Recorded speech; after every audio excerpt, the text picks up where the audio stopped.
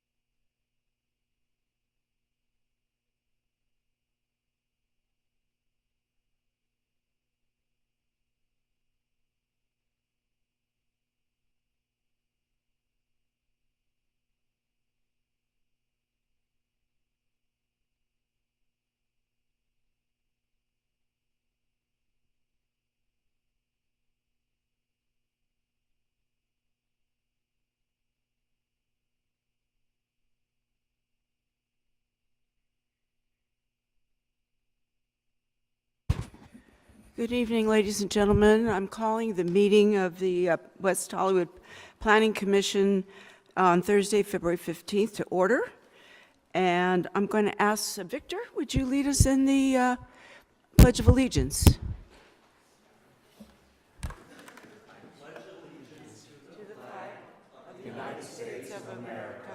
And to the republic for which it stands, one nation, under God, indivisible, with liberty and justice for all.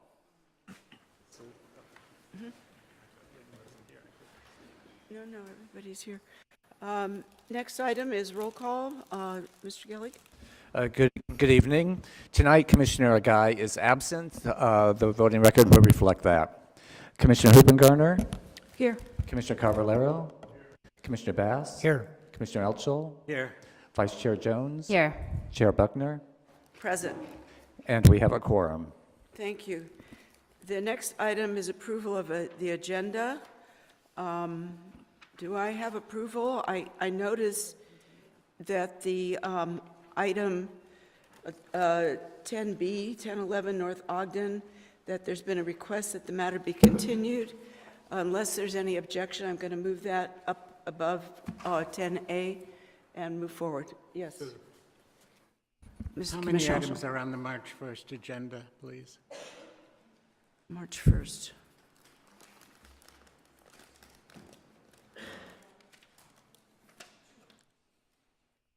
Two. Sounds like 2 items are scheduled for March 1st. Pardon? 2 items are scheduled for March Oh, 1st. then there's room for it on March 1st. I would like to request that at that hearing, there be a person from RSD with the records of the prior rentals and the records of the ownership for the last several years. Okay, with that, is there a motion to move that up to before 10A? Okay, I'll just accept that. And all in favor of continuing it to March 1st? Oh, do we have to vote on this one? All those, you can say all those in favor. All those in favor, yay? Aye. All opposed? Will be moved on to 10B, 1011 North Ogden is now going to be heard by the commission on March 1st. Thank you.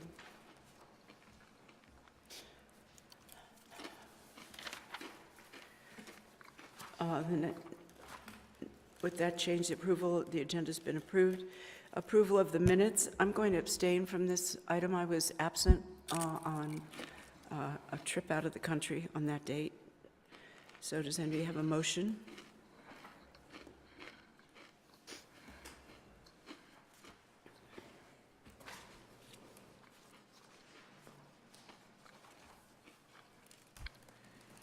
And the motion passes.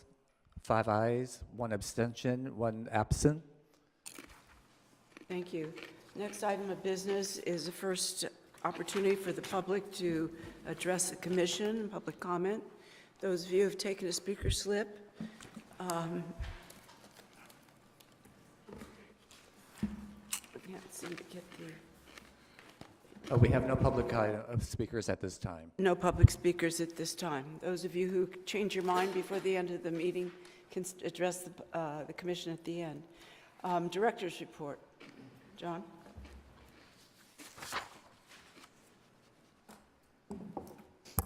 Good evening, Chair, members of the Commission. John Kehoe, Interim Director for Community Development. Just 2 real brief updates for the next City Council agenda.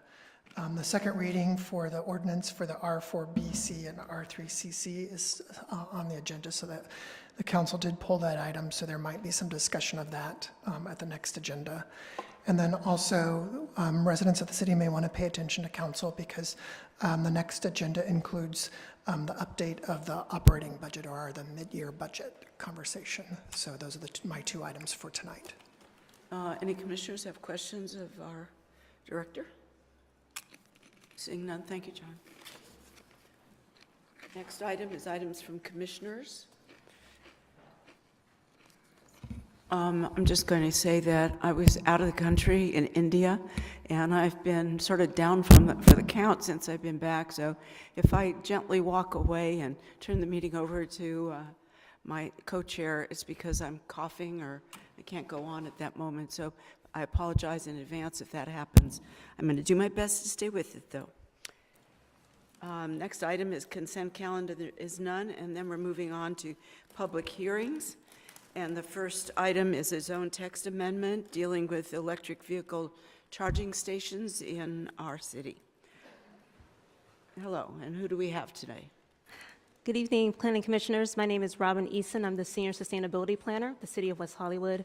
I have to my side here Sammy Taylor, the Assistant Sustainability Planner. So we're here tonight to discuss the zone text amendment for EV charging readiness in the city.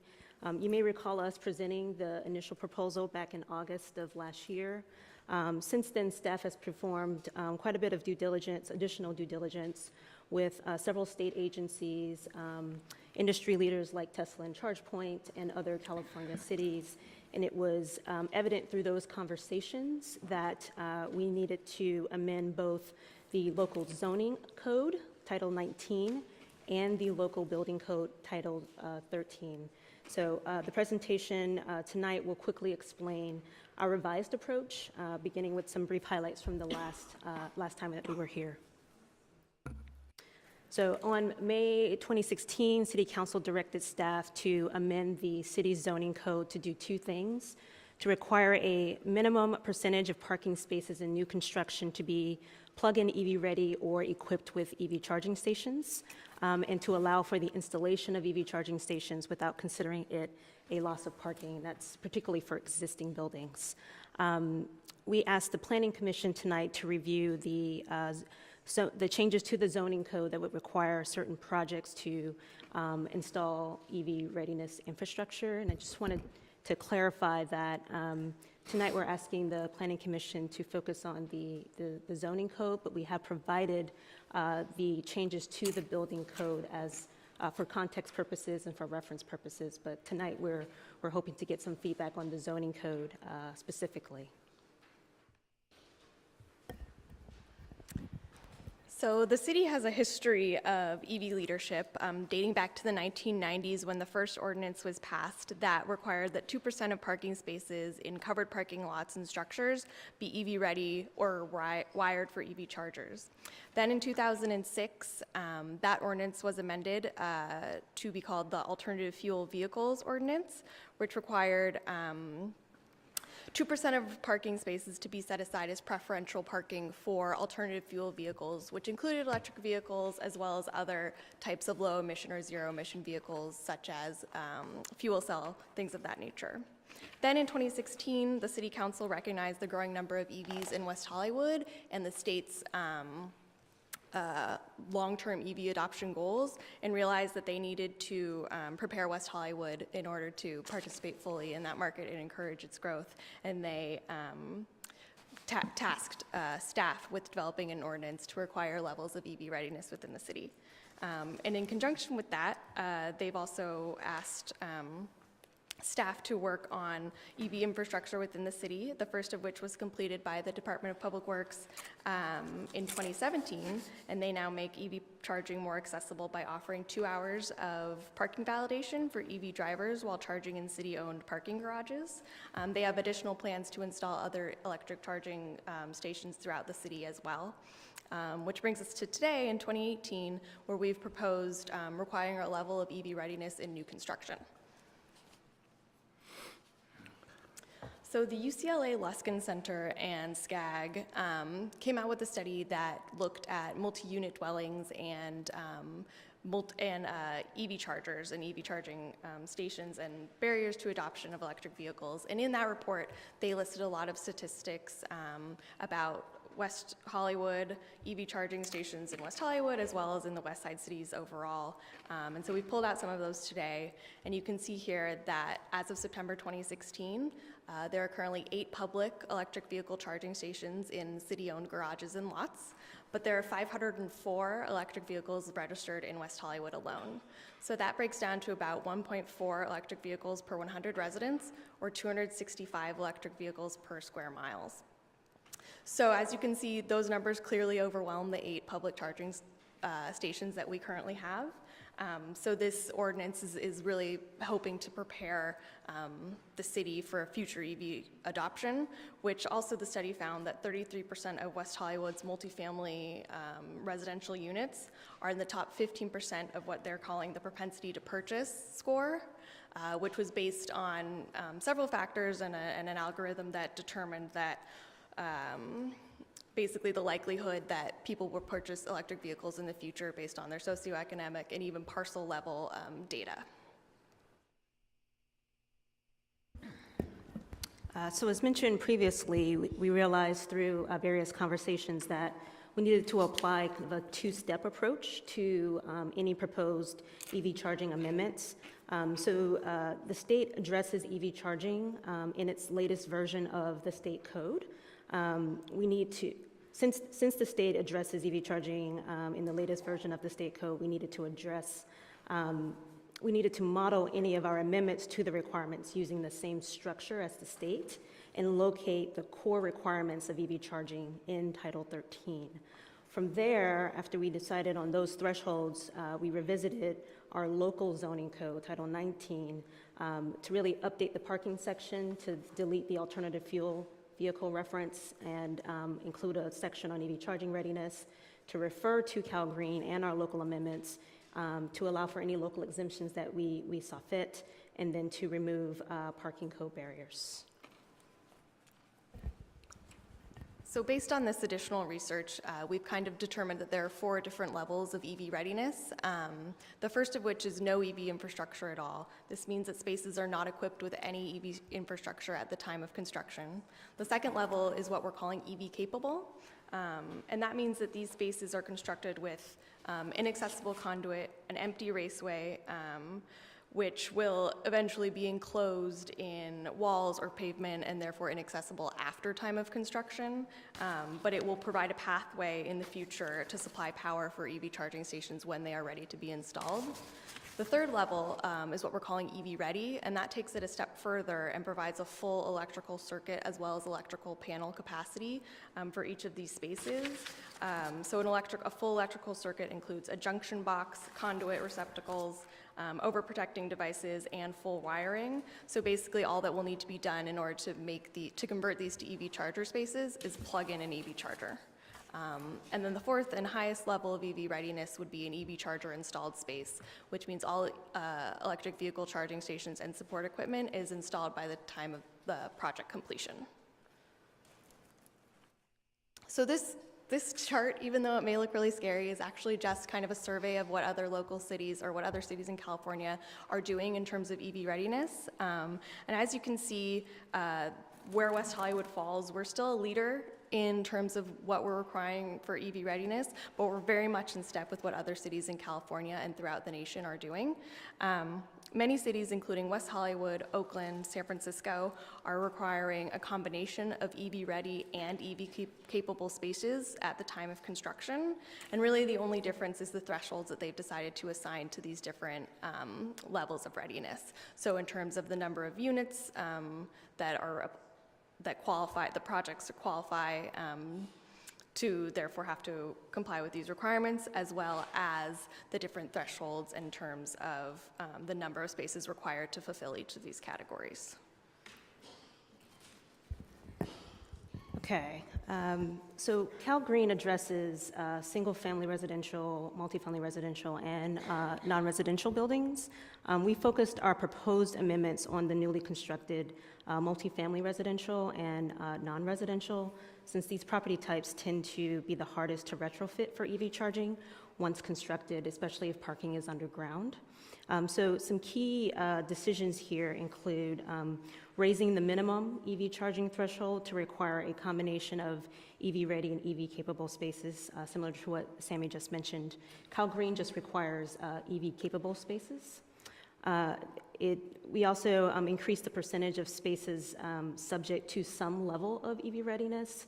So we have, as an example, for EV ready, about 10% of parking spaces to be EV ready.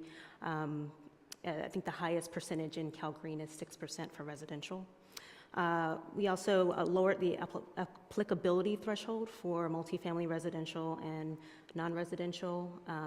Cal Green for multifamily residential applies to 17 units, property 17 units or more, and non-residential buildings of 10 parking spaces or more. We lowered the thresholds from there.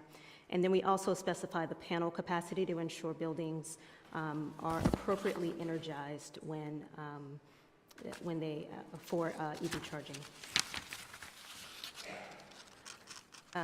So just wanted to walk through a couple examples just to see how this looks, I guess, in real form.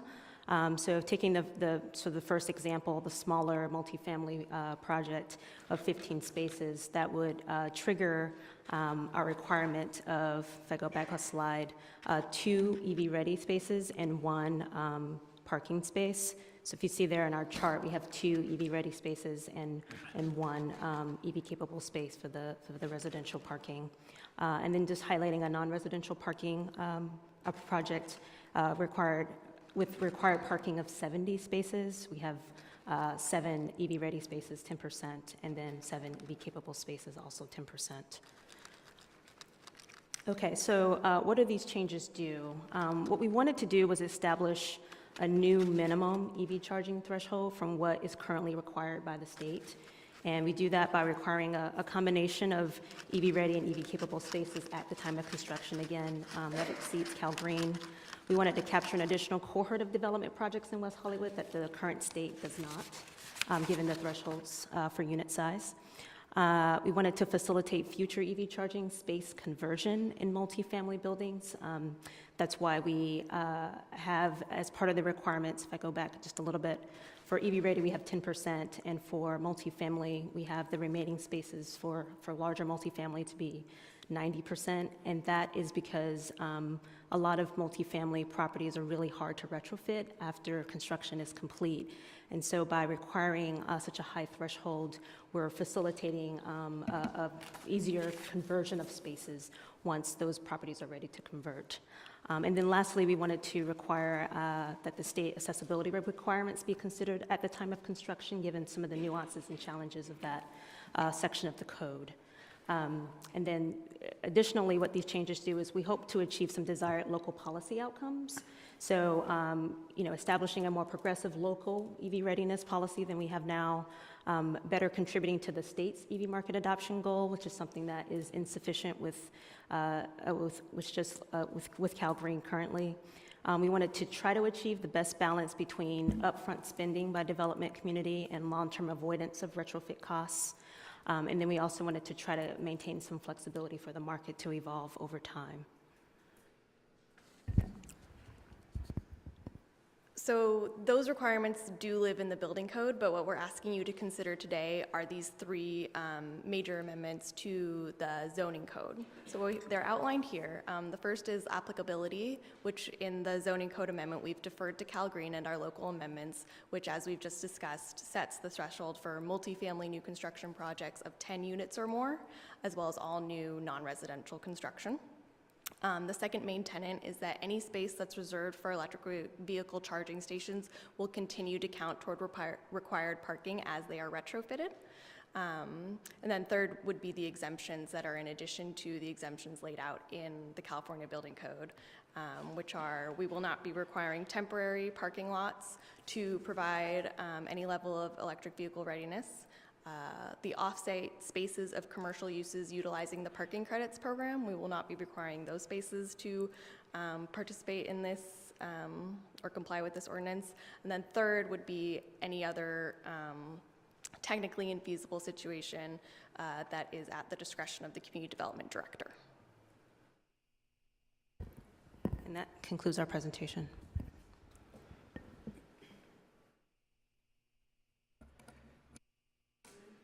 The commissioners have a question of staff. Any question regarding the staff report? Okay, Yeah, then. yes, I do. Yes, you do? Mhm. Thank you.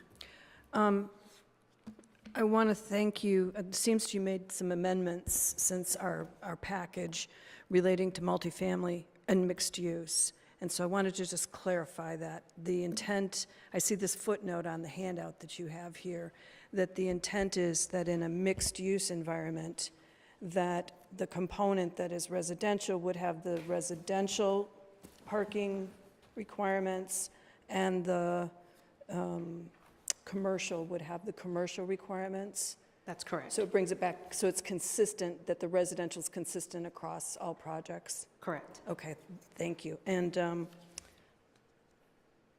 I guess I'm still not clear as to why we wouldn't be including a live working charging. We're looking at some new projects here, big hotels, big multifamily, big residential, and why in this day and age wouldn't we say you have to have X amount live and running upon occupancy? Sure. So we talked about that question a lot, just about where to set that threshold. And I think we ultimately decided that it was, I guess, more favorable for the city to regulate on establishing a higher minimum threshold than being so prescriptive as to require a certain percentage of actual stations. Yeah, so we had some limiting factors just in thinking about where to set the thresholds that we did. The accessibility requirements for that's in the state requirements, they're kind of nuanced. They require you, once you install an EV charging station, it actually triggers you to, the first one that you install, it has to be van size for van accessibility, which means that your first space is essentially taking up 2 regular parking spaces, and depending on how many additional EV charging stations that you install, the accessibility requirements start to kick in even more intensely. And so we wanted to, I guess, leave that judgment call up to the developer, just given how many spaces could be taken away, such that they wouldn't be utilizing those spaces depending on how much requirements that if we had actually set a threshold for EV charging stations. We wanted to kind of stay away from that just because of the nuances of the accessibility requirements. I understand, but wouldn't they need to plan for it anyway? I mean, are we looking at a possibility of having 2 parking spaces side by side with the connector in the middle, and until such time as you put the actual charger on it, they remain 2 parking spaces, and the minute you put the charger on it, then it becomes an accessible space? Correct, yeah. Okay? Is that it, Lynn? Yeah. Okay, thank you, Commissioner. Commissioner Alchel? Yeah, I think Lynn has an excellent point. Was there any discussion about size of the development, like for instance, a large commercial development of over 15 or 20,000 square feet and a large residential development over, say, 30 or 40 units automatically require working charging? Yeah, we haven't, well, I guess when we looked at what some of the other cities were doing, we didn't really see anyone outside of Palo Alto really requiring EV charging stations to be installed. And Palo Alto is essentially a pioneer city in terms of net zero energy and kind of really like grid management and things of that nature. So I think once we looked at the survey of cities and kind of how they set their thresholds, mostly EV capable and EV ready, we decided that it made more sense, at least at just juncture, to fall back in line with some of the other cities to do EV ready or EV capable. And how did Palo Alto do it? How did they do? How does that ordinance perform? Yes. No, I mean, what standard did they use for having a working station? So Palo Alto actually passed their electric vehicle charging ordinance before the accessibility requirements were adopted in the 2016 Cal Green Code cycle. So they've kind of been grandfathered in and don't have to meet the same requirements depending on when their chargers have been installed in some of their development projects. But if you look at this slide here, they require that EV chargers be installed in multifamily residential projects at 5%. So first, they also have a combination ordinance. 25% of all of the parking spaces of a multifamily residential project must be EV capable, and then 5% of those must have a charger installed. And then it's also the same for their non-residential projects.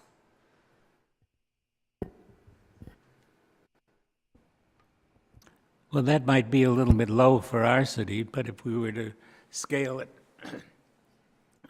using some larger square footage, would that be, do you think that would be advisable?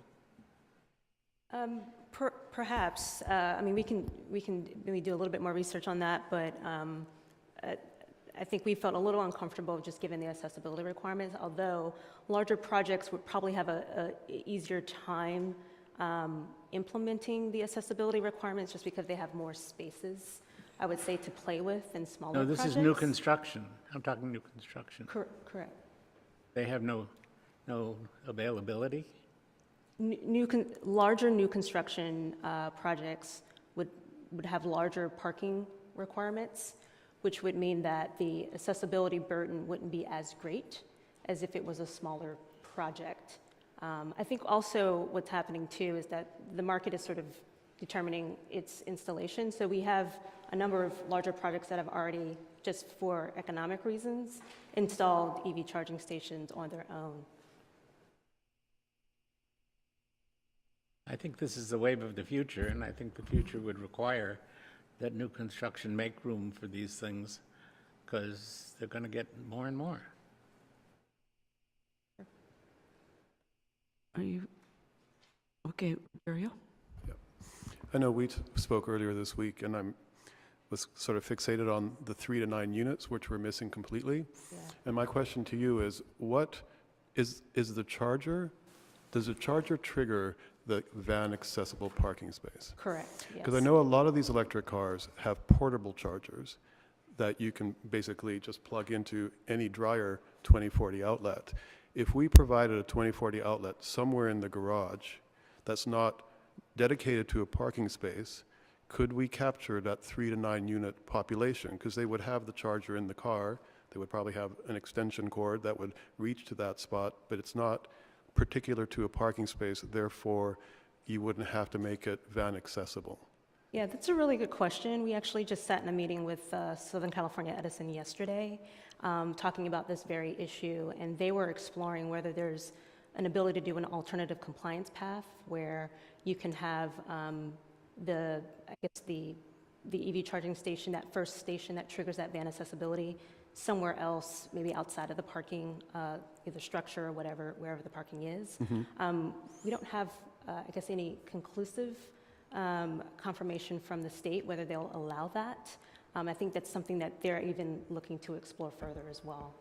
Well, that's interesting, because given we approve many projects within that unit level, we'd be missing a large audience if we didn't capture that. So it'd be something I'd be interested in watching us explore. Yeah, absolutely. Oh, sorry. Did you want to comment, Susie? No. Adam? I'm wondering if the Transportation Commission has looked at this yet. This particular topic is not under the jurisdiction of the Transportation Commission because it's dealing with EV chargers in general, if they've had any conversation, because as far as what the wave of the future will demand, I would imagine they have an expertise that frankly I don't have, and I would be interested in their opinion. That's the reason I'm asking the question. Chair? So the changes being proposed are in the zoning ordinance and the building code, and so neither of those are the purview of the Transportation Commission. So that's why this particular item didn't go to the Transportation Commission. So we're focused the efforts on the zoning changes for the Planning Commission. So, Yes, Mr. Altshull. has there been any discussion, or did you discuss or think of any ways that a developer of a large project might be incentivized to do it? to do EV charging. A working EV charger or chargers? Be incentivized to do EV chargers. We haven't thought, I guess we haven't thought about that from the stake of us incentivizing outside of the, I guess, the relaxation of the parking code where we say that any spaces reserved for EV charging stations can count towards the parking requirement. So it doesn't penalize someone if they're right on that minimum of requiring, if they are constructing just the minimum parking requirement, but then they lose a space for EV charging, it doesn't penalize them for that. So that's kind of an incentive to do EV charging. But since when they apply, they haven't built anything. If they lose a space or that is required, we're mandated, I guess, by state law not to count that against their parking requirement. But doesn't it make sense for the future of the population to have at least one working charger? We can certainly look into that and bring that forward to the council as a recommendation from the Planning Commission. Good. Any other comments or questions? No? Just to Commissioner Caballero's point, I would certainly look into what we could do to amend it so that, I mean, we've just been approving, I don't know how many 5-unit condos that if they simply had a regular old outlet right at the front of their parking stall, and that would provide them the result that we want, which is people to have access to power. I would think that that would be a nominal cost to the developer and certainly something to be encouraged. And, you know, frankly, speaking as someone who would want to vacuum my car out or something, just having that electrical outlet there would be a benefit to the condo owner, the homeowner. So I think it's certainly something that we should explore. Yeah, that's definitely fair. I think I guess the 110 outlet, you know, the level 1 outlet is still pretty prevalent. I mean, most parking garages have a 110 outlet that people can kind of plug in their EV car if they need to. The only problem is that it takes a long time to charge. I think, and we'll take that comment definitely into consideration. I think at least our initial concern was just the size requirements for van accessibility. And the last thing I would say is, to what Commissioner Altschul said, is I think when we start talking about these much larger projects especially, that we should have a chunk in our graph that says, no, you will have this many actual chargers on opening day. And what that threshold is, how that works out. But I think in this day and age, it would be appropriate, and given our goal of more actual charging stations, that would achieve the goal. It seemed to me, though, that these charging stations, you know, you charge up to, they're rapid chargers. It's not like having a regular electrical outlet that people use with their car. They get a charger. So that wouldn't be like assigned to somebody. So it would seem like it would have to be an extra space because people would be moving in and out of it. It wouldn't be, you know, assigned to unit 15B or something.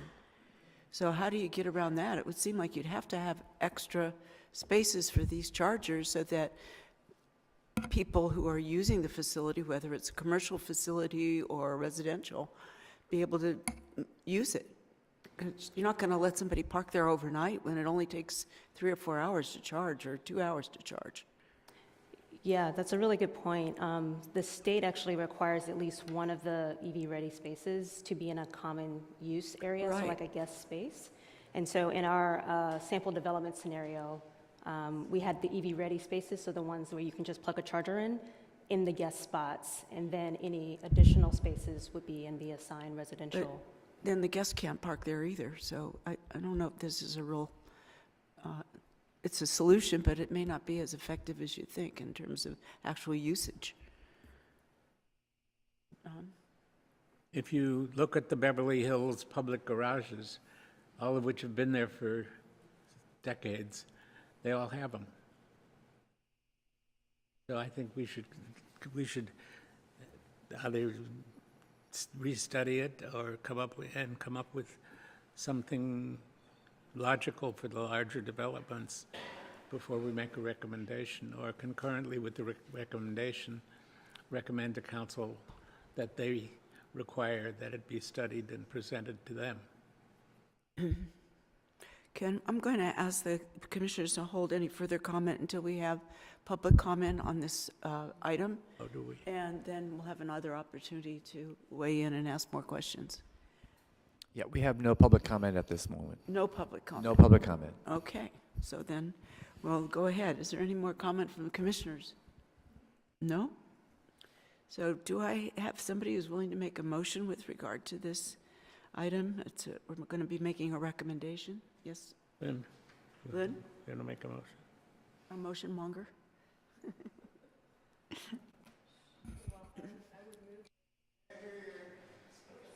My button didn't push.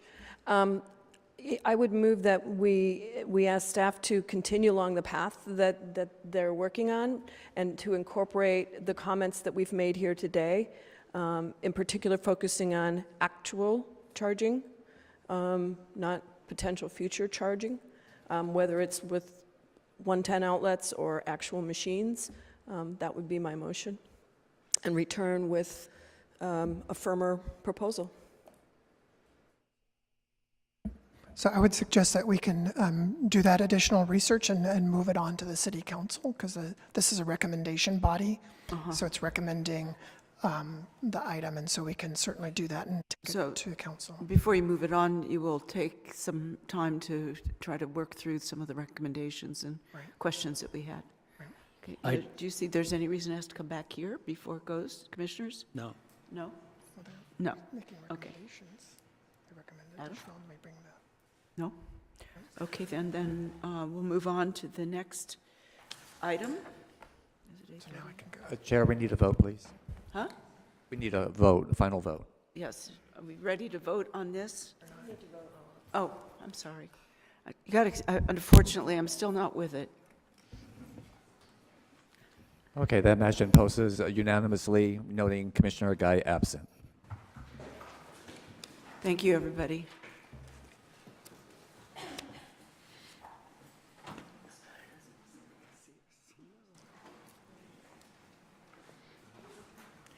You might want to announce that if anybody's here for the item D, the accessory dwelling units, it's going to be continued. If any of you have come in after just at the beginning of the meeting, and you're here to speak to item 10D, we've moved that on a request from the applicant for continuance to March 1st. So don't be waiting around to speak to that. Come back on March 1st. Thank you.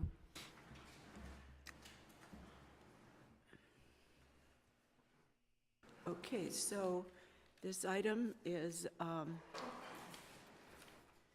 9091 Santa Monica Boulevard.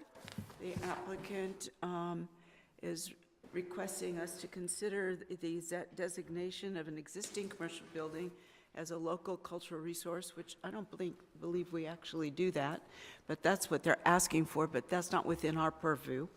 And the Mills Act issues are not part of our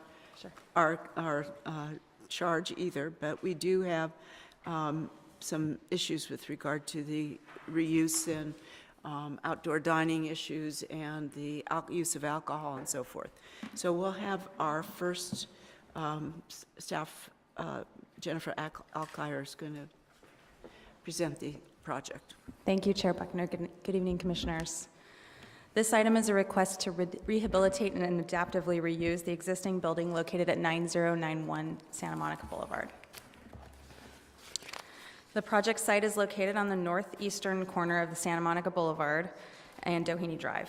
The site is at the western edge of the city and marks the entrance to West Hollywood from Beverly Hills. Nearby uses include a park across the street, across Doheny to the west, that is in Beverly Hills, commercial uses along Santa Monica Boulevard to the east. There's a hotel on the southwestern side of that same intersection in Beverly Hills again, and then generally to the north, there's residential uses both in West Hollywood and in Beverly Hills. The existing site was originally developed in 1924 as a mixed-use building consistent with the era of streetcar-related development. So it was a mixed-use facing Santa Monica Boulevard where the streetcar ran. Photos of the building from the 1940s show the billboard was already on the roof at that point, and evidence shows that it is probably original to the building. The property has been vacant since approximately 1992, so it's been basically just the billboard on the roof. The applicant is now proposing to rehabilitate the site, and that includes, as Chair Buckner mentioned, designating the property as a local cultural resource and also a rehab incentive being a Mills Act contract. Neither of those issues, as was mentioned, are in front of the Planning Commission tonight, but both of those will go along with this recommendation to the Council as the next step. The applicant's proposing to rehabilitate the site and activate it with new uses that will enliven the prominent corner at the entrance to the city. The rehabilitation plan will include the change of use to the hotel on the second floor with 6 guest rooms and a new restaurant on the ground floor with outdoor dining along Santa Monica Boulevard. The project also includes a lobby entrance to the hotel off of Doheny, which includes a small cafe with outdoor seating area along Doheny as well. The original proposal included the use of 2 patio areas on the northwestern portions of the property. These spaces were proposed as guest amenities because the site has no other outdoor space for guests. The Historic Preservation Commission recommended that the upper deck area of a patio of about 500 square feet be eliminated from the plans due to the fact that the elevator overrun that is needed to access that area, the commission felt that it interfered too much with the structure of the billboard, which is considered a character-defining feature. Normally, this use would require 14 on-site parking spaces and 1 on-site loading space. Because the site is extremely limited, the building is considered historic. Providing the on-site parking and loading would be impossible on this site. There's nowhere to put it. The code allows for flexibility through the use of rehabilitation incentives, just for pretty much exactly this situation where there is a historic building and providing or adhering to the code in a strict manner would be adverse to the actual resource. So we can reduce or eliminate development criteria if doing so would result in the rehabilitation and ongoing use of the site, and in this case, waiving the parking and loading requirements would result in the rehabilitation and activation of the site and in a prominent gateway position in the city. In addition to the parking, the applicant is asking for the billboard on the roof to be legalized. The billboard, as I mentioned before, is original to the building and is considered a character-defining feature of the site. However, billboards are not currently permitted on Santa Monica Boulevard, so the billboard here is legal nonconforming. If it were damaged or destroyed, the code says that it could not be replaced. So legalizing the billboard would give certainty to the property owner that the billboard can continue to be there. However, since it's also part of the historic resource and a character-defining feature, any change to the billboard would have to require a certificate of appropriateness. And so what that essentially means is that the billboard can't really change substantially with respect to size, shape, orientation, et cetera. So that's the basics of what the project entails. And what we're asking for the Planning Commission to do tonight is to recommend to the council on the entitlements. And like I mentioned, the designation and the Mills Act aren't part of the recommendation, but these uses are that are on the screen now, which is a development permit for the intensification of use, a conditional use permit for the hotel, a minor conditional use permit for alcohol associated with the restaurant, an administrative permit for the outdoor dining, which includes area along Santa Monica Boulevard, about 320 square feet, as well as about 98 square feet on Doheny, and the rehabilitation incentives, which, as I mentioned, are adaptive reuse as a hotel, a waiver of the off-street parking and loading requirement, and continued operation and maintenance of the billboard. Staff finds that the proposed uses are appropriate for the site. They are similar to what the building was historically used as, and it's similar to other uses in the area. The incentives are necessary to ensure the rehabilitation and ongoing continued maintenance and use of the site. And the project would bring life to a very important corner in the city. It would activate a site that has long been dormant. And so staff supports the requests and recommends that the Planning Commission recommend approval to the council. I'm here for questions. Thank you. Any questions of staff on the staff report at this time? Staff report. Yeah. Do you? Okay, go ahead, Lynn. Thank you, Jennifer. Did Historical Commission speak to the concept of adding awnings to this building? I mean, I understand why people would want them over the patios and outdoor seating, Sure. but depending on the design and the style, it would substantially change the look of the building. So I wondered what Historical said about that. That wasn't a topic that came up at the Historic Preservation Commission. However, the placement of the awnings and the extent of the awnings was reviewed by staff and by our historic consultant. The location of the awnings is in sort of the historic point where the transom windows were located. If you look at the historic window, the historic photos, there was a mullion there. And in general, awnings can be considered something that is reversible. It's not a permanent change to the building, and so, you know, it's something that can be approved in a certificate of appropriateness. It was in a point of contention at the HPC meeting. Okay.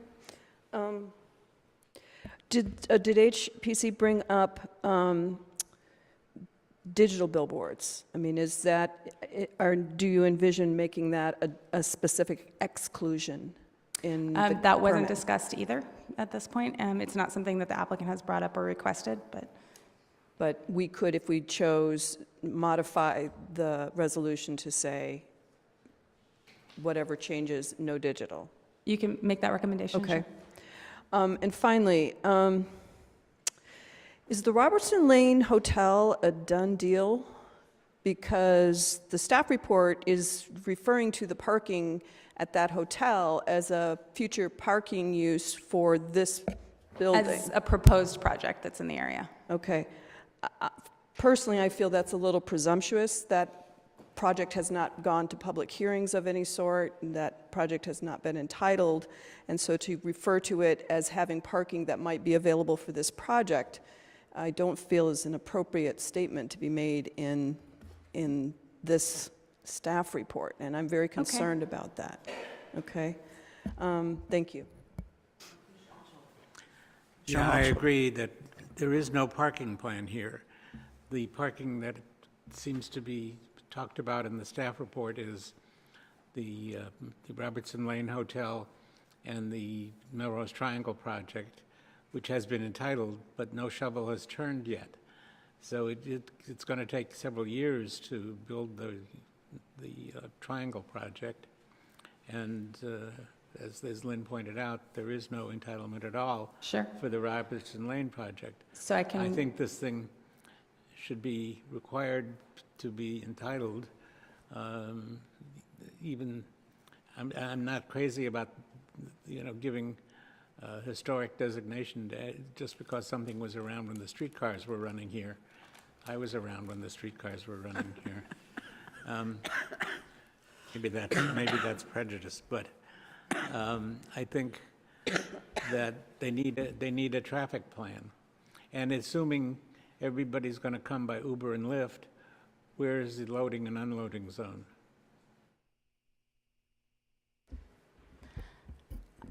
I can address a couple of those points. So the parking that is proposed or entitled but not built is one component that it was giving the full picture of parking in the area, potentially. However, I think that the parking is sufficient as it exists. We have public parking in the area. We have a public valet in the area.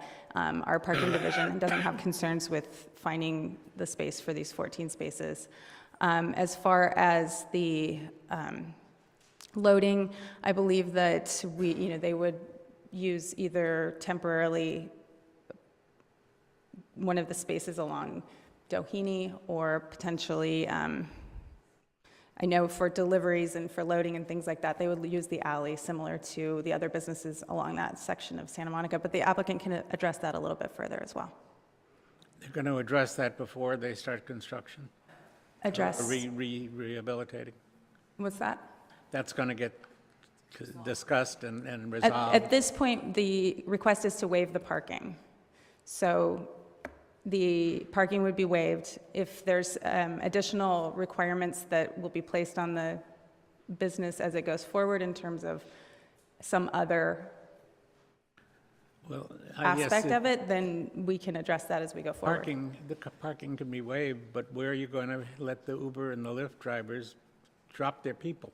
Right. At this point, there's nowhere on the site to do that. They're going to drop them in front of the place where the front door is, no matter what you say. And then you have another catch-22, no pun intended. I'm also concerned about waiving the parking and loading issue altogether, because that is a really narrow alley there.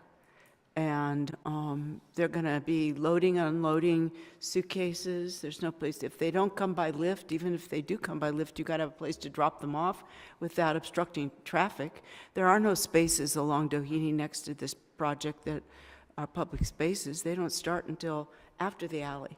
So it seems like there's no plan for how to get people and product in and out of this development, and I'm concerned about that.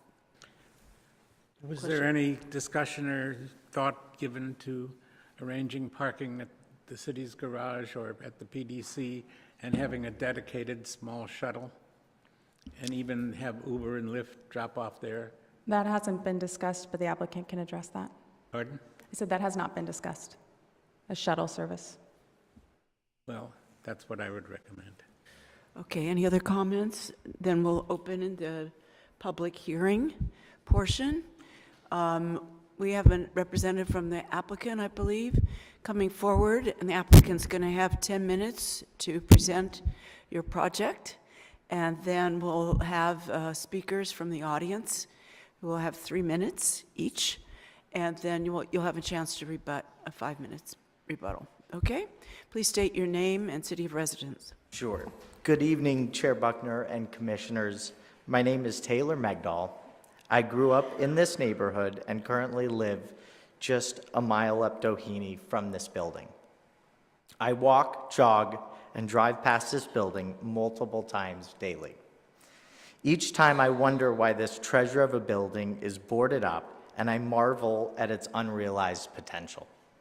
For this reason, I'm so appreciative and thankful to be here tonight to present our vision for revitalizing this nearly 100-year-old building that has been vacant for 25 years. We are so excited to bring this dilapidated and long boarded up building back to life and prominence. Our goal is to restore a bit of the past and create a monument at the entrance to our wonderful community. My partners, who are my best friend, Chris Huddleston, and my better-looking identical twin brother, Blake Magdal, have dreamed about this building and have been trying to purchase it from the existing owner for nearly 10 years. Our passion to both rehabilitate this historic property and transform it to a use that we and our neighbors will enjoy and use will be a dream come true. To make sure we got this right, we assembled our dream team of professionals to bring this creation to life. Lorcan O'Hurley, Ian Dickinson, and Kevin Murray, our visionary and tireless design architects with Lorcan O'Hurley Architects. Katie Horak and Mary Ringoff, our passionate historic preservation consultants with Architectural Resources Group. Dave Thompson and Jim Arnone are dedicated legal and planning experts with Latham & Watkins, and Aaron Green, who has been there from the beginning with the Afriat Consulting Group. We also appreciate all the input we received from the city's historic preservation consultant, Robert Chattel and Brian Maddock with Chattel Incorporated, as well as from city staff. As Jennifer discussed in her report, we are proposing to renovate the building with a restaurant on the ground floor and a 6-room micro-hotel on the second floor. This is a very small project as the building is just over 5,200 square feet and we are not adding any additional square footage. Our intent is to attract a flagship full-service restaurant akin to Gracias Madre, Laurel Hardware, etc., but with a different genre and twist in cuisine. We have not secured an operator for the restaurant yet. However, we are actively in discussions with a number of established restaurateurs, and we're working to secure the perfect one by this summer. We are also excited about creating the 6-room micro-hotel. Micro-hotels are a new trend in the hospitality geared towards travelers that want a more localized and immersive experience. Micro-hotels typically have fewer rooms, each uniquely designed. The closest example to our project is the 9-room Hotel Covell in Los Feliz, I guess, good for drama. When did that move to Los Feliz? Yeah, exactly. The closest example to our project is the 9-room Hotel Covell in Los Feliz. Although our project will be notably unique and distinguishable both in design and historic stature. Our featured amenity will be our world-class location at the gateway to West Hollywood, with walkability to unlimited dining, shopping, and nightlife. While our on-property amenities are limited, the proximity to food, gyms, and neighborhood culture will provide an immersive experience for our visitors to West Hollywood. Without further ado, I would like to introduce Dave Thompson with Latham & Watkins to present the specifics of our requests. Thank you, Commissioners, for your time this evening.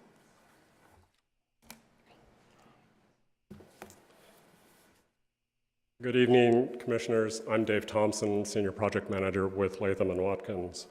We really appreciate that the Historic Preservation Commission voted unanimously to recommend the project be approved, including designating the building a local historic resource and other preservation-related actions, and the 3 important rehabilitation incentives that Jennifer mentioned, allowing the building that has greeted visitors at the entrance to the city since the 1920s to be adaptively reused as a hotel and restaurant. The waiver that is of interest this evening on both the parking and the loading, and assurance of the continued maintenance and operation of the billboard, As Jennifer also mentioned, this is a character-defining feature of the building that's been there from the very beginning. We're grateful that the HPC's recommendation of approval to the council, and due to the unique challenges of this site, without these rehabilitation incentives, Taylor and his partners really can't move forward with the project. All of the Historic Preservation Commissioners were very excited about this project, including Chair Commission Levin, who said this is the best type of adaptive reuse. Let me quickly walk you through the project. Jennifer did some of this. It's a small 3,300 square foot site located at the tip of the Norma Triangle, at the tip of a commercial area of Norma Triangle defined by Santa Monica Boulevard on the south, Doheny on the west, and Nemo on the north. It has an alley just above the building that connects Doheny and Nemo. On the ground floor, we have the restaurant fronting onto Santa Monica Boulevard and the hotel lobby cafe fronting onto Doheny. On the second floor, there are 6 rooms organized around a central lounge with a small roof terrace on the north side for hotel guests. None of the rooms have guest balconies in order to respect the historic nature of the building. And then on the roof, we're proposing a beautiful rooftop garden and a small terrace of 500 square feet, the elevator housing, and the remaining billboard structure. Because of the historic nature of the building, we are unable to provide balconies in the rooms, so these roof decks are an important amenity for this project. Hotel consultants have advised us that outdoor space in the Southern California market is absolutely critical for success of the project. Let me emphasize that what we are proposing is not like other rooftops in the area. No food or beverage service will be allowed. There will not be a pool. It will not have music. The hours will be restrictive. No more than 8 hotel guests will be allowed on the upper deck, and no special events will be allowed. This is purely a much-needed outdoor space to allow hotel guests to catch their breath, enjoy the California sunshine, and take in the vibrancy and energy of Santa Monica Boulevard and the city. We are confident, and ARG has advised, that the elevator servicing the roof will not impair the historic character of the building. Of the 5 main supports comprising the lattice structure at the rear of the billboard, only a 12-foot section will be removed, which is approximately 8% of the total structure of supporting the sign.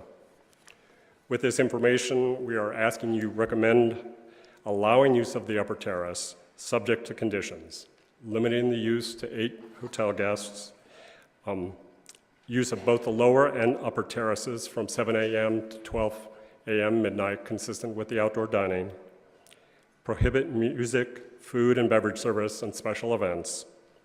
We have some specific language if you are inclined to support our request to allow use of the upper terrace. I'd also like to follow up briefly on the requested parking waiver and as a rehabilitation incentive. As with many small historic structures of its time, it was built without parking on site. Many of these historic buildings would remain empty if they were made to comply with modern parking requirements. We feel confident that this project will work without on-site parking, similar to many other restaurants and small businesses in the area. We expect many of the restaurant patrons will be residents who will walk, and others who will take rideshare services, as we've discussed. Local valet operators have advised that their business has diminished significantly in the last few years due to the expansion of rideshare. They are confident that there is sufficient parking in the area to service this building. While we do not anticipate any parking issues, there is parking, as Jennifer discussed, in the area, including at the site of the former Palms restaurant, which is just up the street. The city is actively pursuing a park once concept because of the urban nature of this area of the city. As you will hear from speakers tonight, the project has broad support from the residents of the Norma Triangle, the West Hollywood Preservation Community, and others in the city. We request that your commission adopt the resolution recommending approval of the project, including the development permit, the conditional use permit for the hotel, the minor conditional use permit for the alcohol, the administrative permit, and the rehabilitation incentives. We'd like to reserve 5 minutes at the end to respond to any comments, and our team is here and happy to answer any questions you may have. A few questions, so stand by. David, do you have any idea or any suggestions for the loading and unloading plan? In our I'm discussion, talking specifically about Uber and Lyft. Urban, we are going to recommend that they should be directed to use the alley. The alley has always, alley's purpose is to service restaurants and businesses. It's a standard role for alleys to play, so it'll take a little bit of familiarity when businesses first start coming to the site, but we think the alley can serve that purpose. We've also had some discussion with staff about the possibility of perhaps a drop-off and loading station just north of the alley on Doheny, but that's still to be further worked out with staff. And have you given any thought to an off-site parking with a small dedicated shuttle? We have not at this time looked at a shuttle. We don't think that the number of parking spaces that are required for the project would warrant that at this time. And again, in our discussions with parking operators, they feel there is sufficient parking nearby that we probably wouldn't need to shuttle. Well, I'm not talking about parking, I'm talking about loading and unloading. And if there are signs put up there on the Doheny side and on the Santa Monica side, no stopping, no drop-off, no this, no that, Uber and Lyft drivers aren't going to go there because they're going to get ticketed. Now, that should inspire this outfit to get a little creative and have a drop-off and pickups. As I said, plan. there's been... I don't disagree with your waiver of parking at all. I don't disagree with anything. Appreciate that, you're Commissioner. asking for. But if we don't want this to turn into another Melrose and San Vicente. And if you Absolutely. get the restaurant that the gentleman was talking about, it will.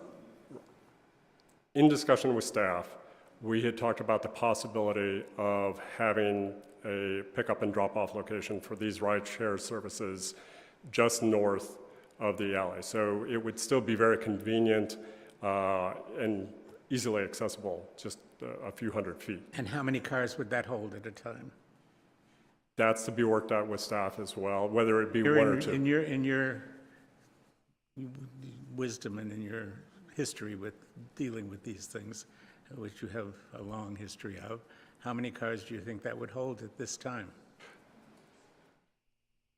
One? Subject to discussion with staff, if we could have 2 or 3 spaces north of the alley, it might be 1 space. I think some of that is... And what building is just north of that on Doheny?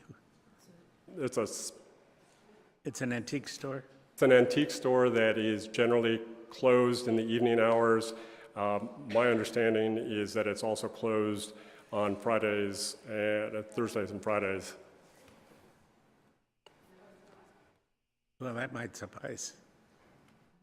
You're asking for the restaurant and the decks to be open from 7 a.m. till 12 midnight. So aren't you anticipating people coming and going from the hotel and from the restaurant throughout the day and evening? The use of the decks would be solely limited to the guests of the 6 rooms, so it wouldn't be available to the restaurant patrons. So this is really an amenity for their early morning coffee or a late night relaxation. These are both very small spaces. Who's going to enforce that? Who's going to enforce that? It'll be the management of the hotel. Have they given any thought to keying the elevator and only giving the keys? That is to one the option hotel? they've looked at, yes. And of course, the roof decks will be non-smoking, right? I have to check on that. He's right there. Ask him. Ask him. City ordinance. They'll be non-smoking. It'll be non-smoking. Remember that as a condition, Jennifer. I have a question. So there's a little mix-up, I think, or at least I'm mixed up, that you're saying that the little bit of alteration for the sign that would be required for you to get the elevator all the way up to the rooftop deck, right? That's correct. And there's some information in our packet that says that it would require a lot of alteration, and that way it either one or the other. Certainly, Commissioner. We looked at this question just in the past couple of days, and we asked the architects, both Lorca and O'Hurley and ARG, and got a very detailed study that only about 12 feet of one strut would need to be removed, which is about 8% of the entire structure. It would be removed, but somehow another structure would have to be added in order to support the sign, right? The sign would actually then be tied directly into the elevator housing. But again, it would just be the one element of the structure. One strut, okay. The sign would be tied to and supported by the elevator?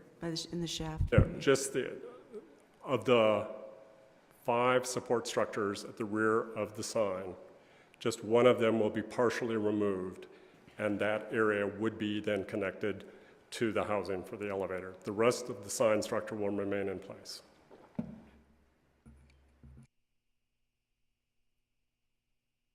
I have a couple of questions about the rooftop patios. One of our conditions says lower roof deck operations 8 a.m. to 10 p.m., but I think you just said midnight? We're requesting that they be 7 a.m. to midnight, consistent with the outdoor dining. Okay. And the other thing, you mentioned requesting access for 8 people at the maximum at any particular time on those patios. On the upper deck, yes. How did you come up with the number 8? You have 6 rooms. If they're all double occupancy, I'm thinking there's 12 people total staying. And with respect and acknowledging that there has been a lot of attention to roof decks, we did not, and in consultation with the applicant, felt that 8, so if there are 4 rooms that each have 2 people in it, that would be the limitation. So not everyone, all 6 rooms, could not use the roof deck if they all have 2 people at the same time. I'm thinking Pride Weekend, Halloween, all 6 rooms are rented, all double occupancy, you're talking 12 people, and I'm just wondering who's going to stand at the door and say, sorry, these last 2 rooms, you can't go up there. And if there's a wedding and they want to rent out the whole hotel for the wedding party, and there's 12 people or 13 people? And I'm incredibly sensitive to the fact that we have problems with roof decks in certain places, but if you have a 6-room hotel, double occupancy, I don't know the difference between 8 people and 12 people is consequential. That's where I'm going with that. We certainly would welcome the ability to have 12 people on the roof deck. We think the other restrictions that we are agreeing to and proposing, no music, no food and beverage service, no special events? No special events would address what has generally been the concerns for other roof decks in the area. Well, and I pose that as a question because I didn't know if there was a magic way you came up with the number 8 that I was missing. That's why I asked. Thank you. Any other Yes, questions at this time, or do you want to wait till we? I have a public? question. Go ahead. Just for public record and for some context, can you ballpark like the number of people who would be able to fit in the restaurant without it being a fire hazard? The number of seats that are shown right now are about 94. 94, okay. That includes the outdoor dining. That includes outdoor dining, okay. I just want to give some context for the parking, just something for us to think about. Thank you. Yeah, one more question down here, Commissioner. I have a couple of questions. I've just acknowledged Rogerio first, sorry. Given your current schedule, when do you think the restaurant and the hotel will open? We are looking at if we are able to move forward with everything this year. We're looking at construction beginning, just a moment, I'm checking my notes. We're hoping to start work in late 2018 with a late summer 19 opening. So we have from now until summer 2019 to resolve the parking issue. Correct. Okay. Now's your turn, thank you. Yes. Don't have a parking issue, we have a loading and unloading issue.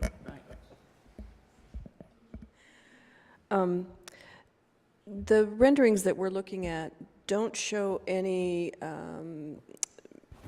screening safety protections on your roof deck that I see as a projection on the side of the building. So if you're talking about having people up there, I couldn't tell from the renderings how low that is, you know, what the safety requirements are in terms of the existing parapet wall, or are you proposing putting glass extensions up there?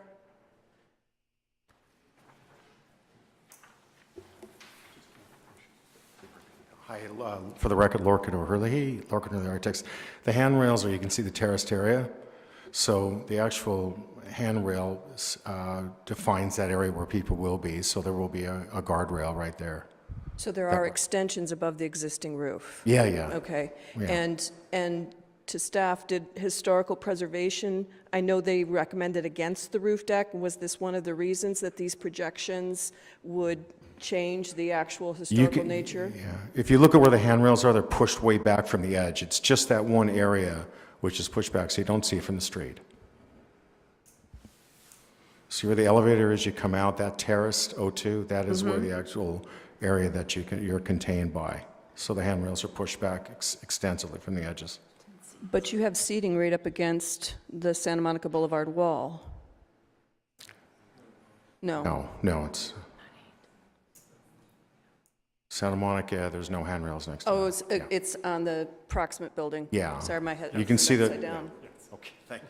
Right. Yes, Commissioner. Yeah. Gardner, you have it correct. So if you look at this drawing that we have up right now, which is the roof, the portion that's at the bottom of the drawing is the Santa Monica frontage. And then on the right side is that wall that is shared with the building immediately to the east. And as you also can see, most of that is the roof garden that really is right below the sign structure and towards the front near Santa Monica Boulevard. So there's really, at least for the upper terrace, no place that the seating gets right next to the edge of the building. The lower terrace does come right up to the edge of the building. So if you were to not have this terrace and remove that stairwell up, that would free up all of that space on the lower terrace for a deck, which you already have a small deck proposed there. In fact, that's the part that actually looks towards the park. And then you wouldn't need the fire stair, which also is a new addition to the building.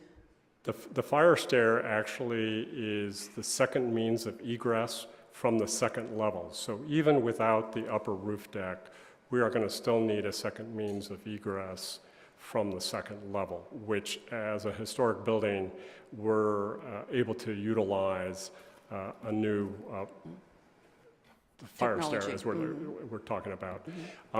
Also to give a little bit of perspective, that lower roof deck on the north side of the building is about 256 square feet, which is the size of most hotel rooms, if you think of your average hotel room. So if you're thinking of folks that don't know each other, that are in the hotel, probably not more than two folks are going to want to share the roof at the same time, just sort of personal space. So we really feel very strongly that we need both the upper and lower roof terraces in order to provide enough amenities for these rooms that don't otherwise have balconies.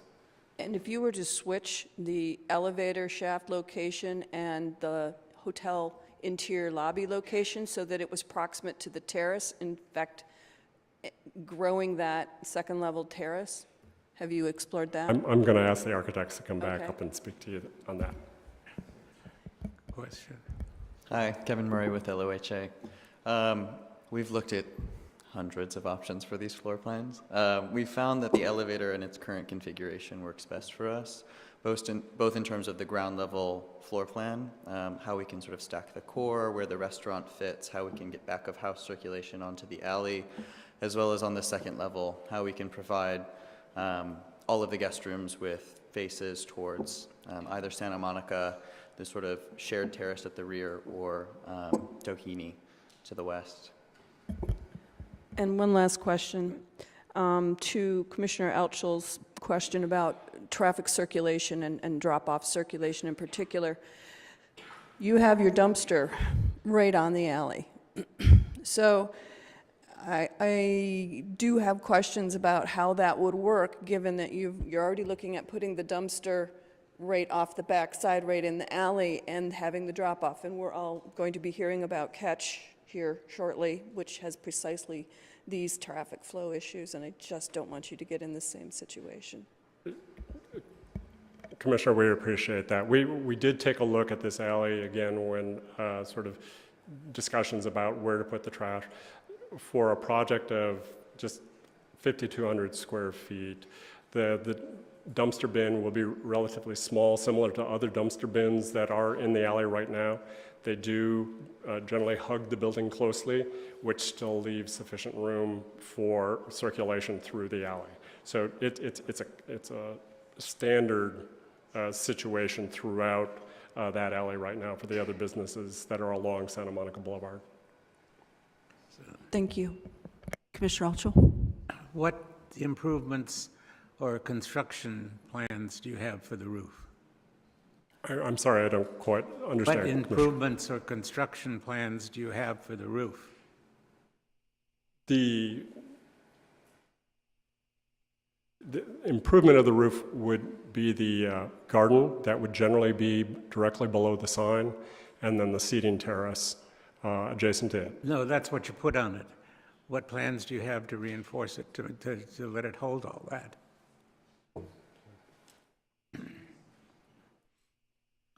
So we still have further structural analysis to perform with the building.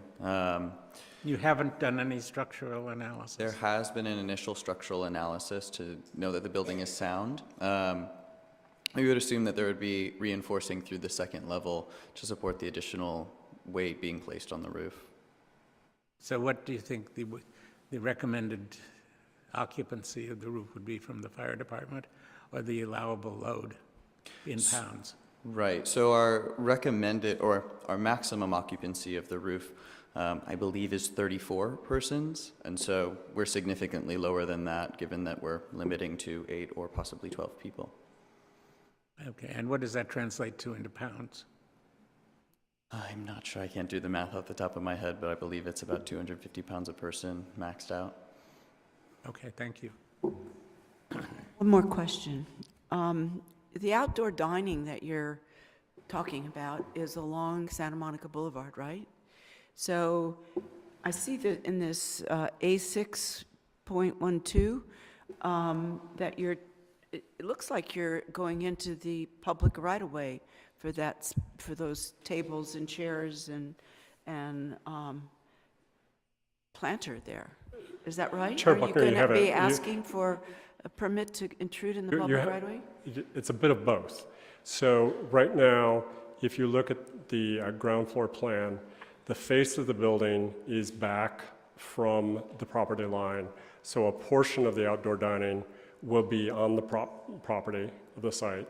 And then about 2 feet will be within the public right-of-way, and we will have to get an encroachment permit from Public Works for that 2-foot portion, which includes the landscaping that's required for all outdoor dining. And then how much of the sidewalk is going to be left for the public to walk? It'll be we limited the depth of it, so it would meet all of the requirements for 4 feet of clearance between the outdoor dining and any thing that's elsewhere in the sidewalk. Okay. What does... Yeah. Hi, Aaron. As I was just reminded, we will certainly be complying with ADA and any other access requirements, so there won't be any limitations for using the sidewalk. A way to go before you're going to actually be able to develop, right? Got to get... Well, hopefully we get started in construction later this summer. Okay, thank you. Any other questions at this time?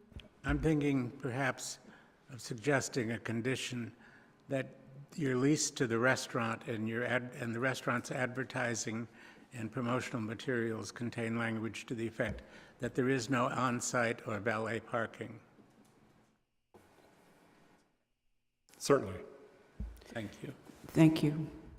Okay. One more last, question? related to whoever you lease this to, is there any condition that staff would propose that addresses potential signage for the restaurant? Because the building as presented has no signage on it.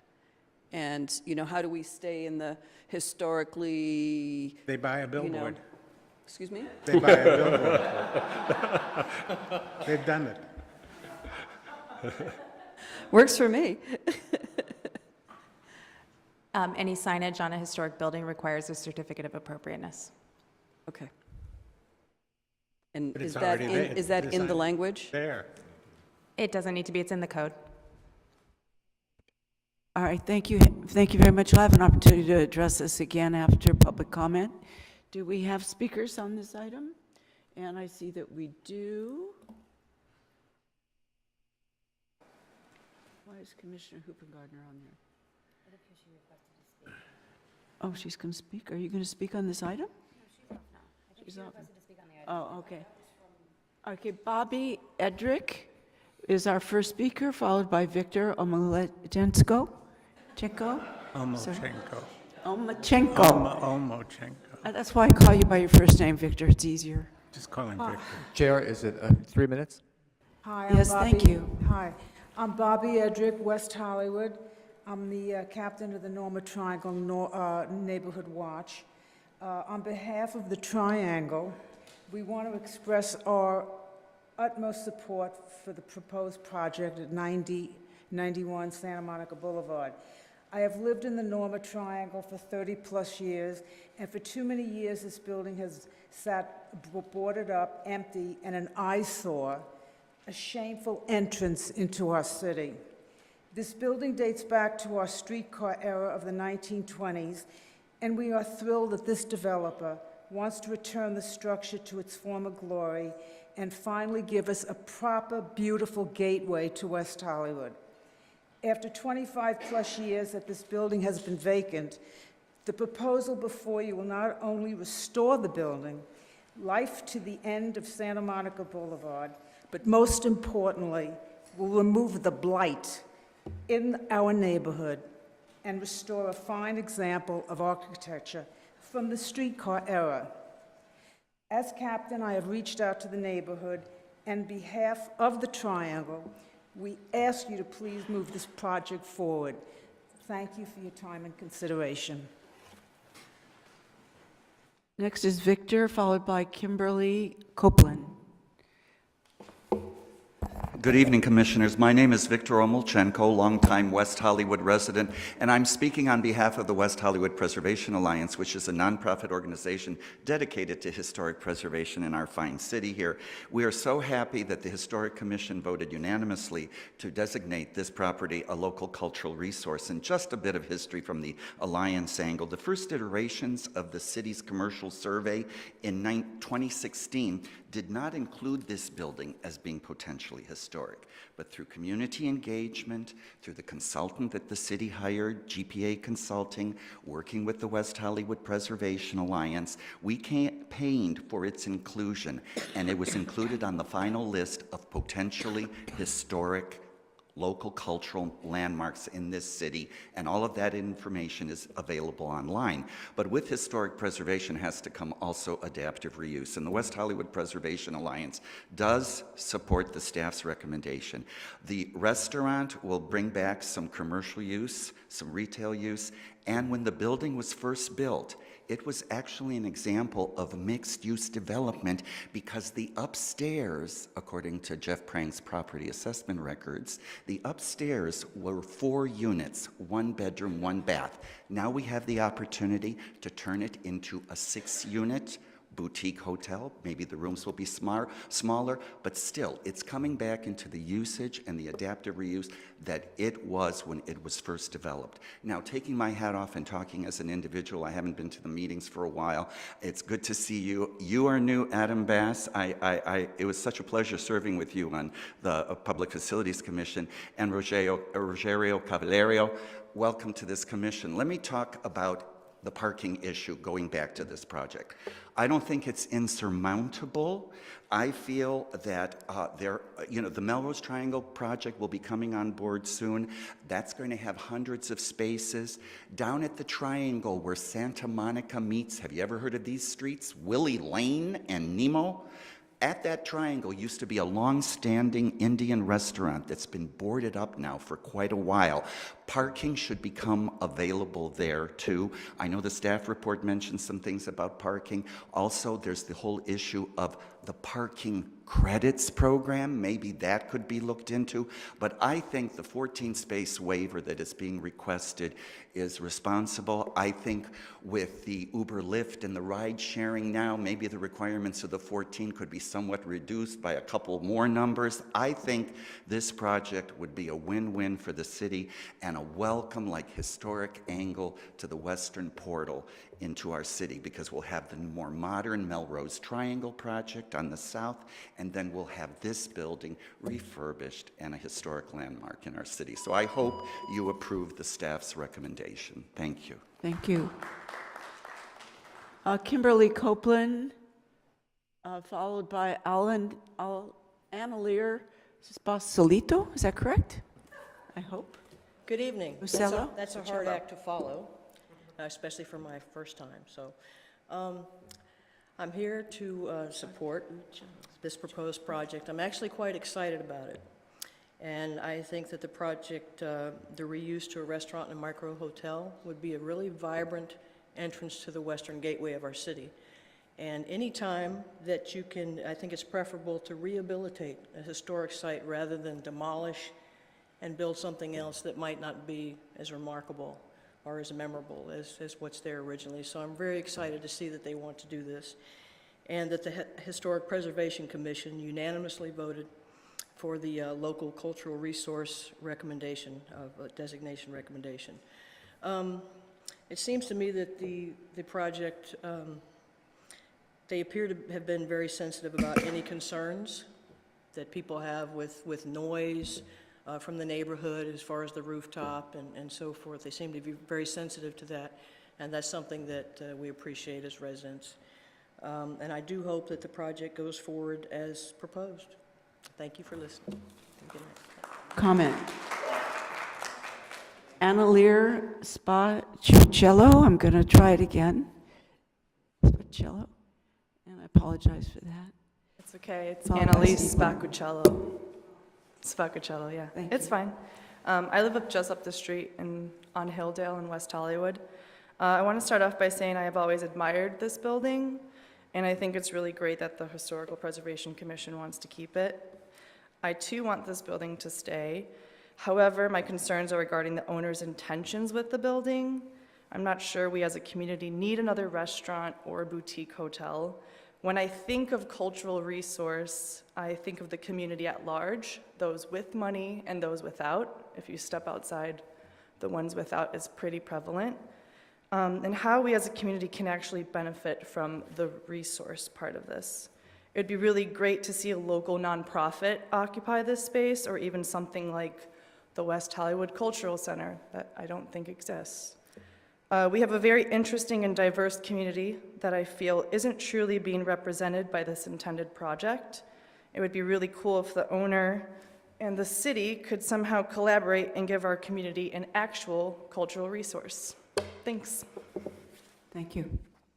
Steve Martin, followed by Cynthia Blatt.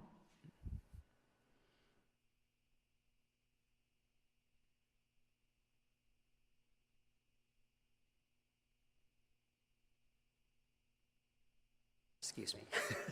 Steve Martin, West Hollywood. I do think that the last speaker notwithstanding, who had a lot of good points, we have really waited a long time for this project. I remember, this has been vacant since 1992. I remember 1992 very distinctly because that was the year where I met Dave Thompson. He was organizer for the Barbara Boxer campaign, and he had no problem getting volunteers. He was the most eligible bachelor in Los Angeles. Ancient history. But in my long years of being involved with the city, this has been a challenge for everyone. Believe it or not, people at City Hall and members of the City Council have long wanted to preserve this building. Some of them have wanted to get rid of the billboard. We've never been able to reach a point where we're at right now, where sort of the cosmic universe is sort of aligned, where maybe we can get something positive out of this. It's really important to protect this building. I think if you look at the east wall as you're driving west, you can see when they cleared off some of the paint, you can see some of the old advertisements from the 20s or 30s just barely under what's been stripped away.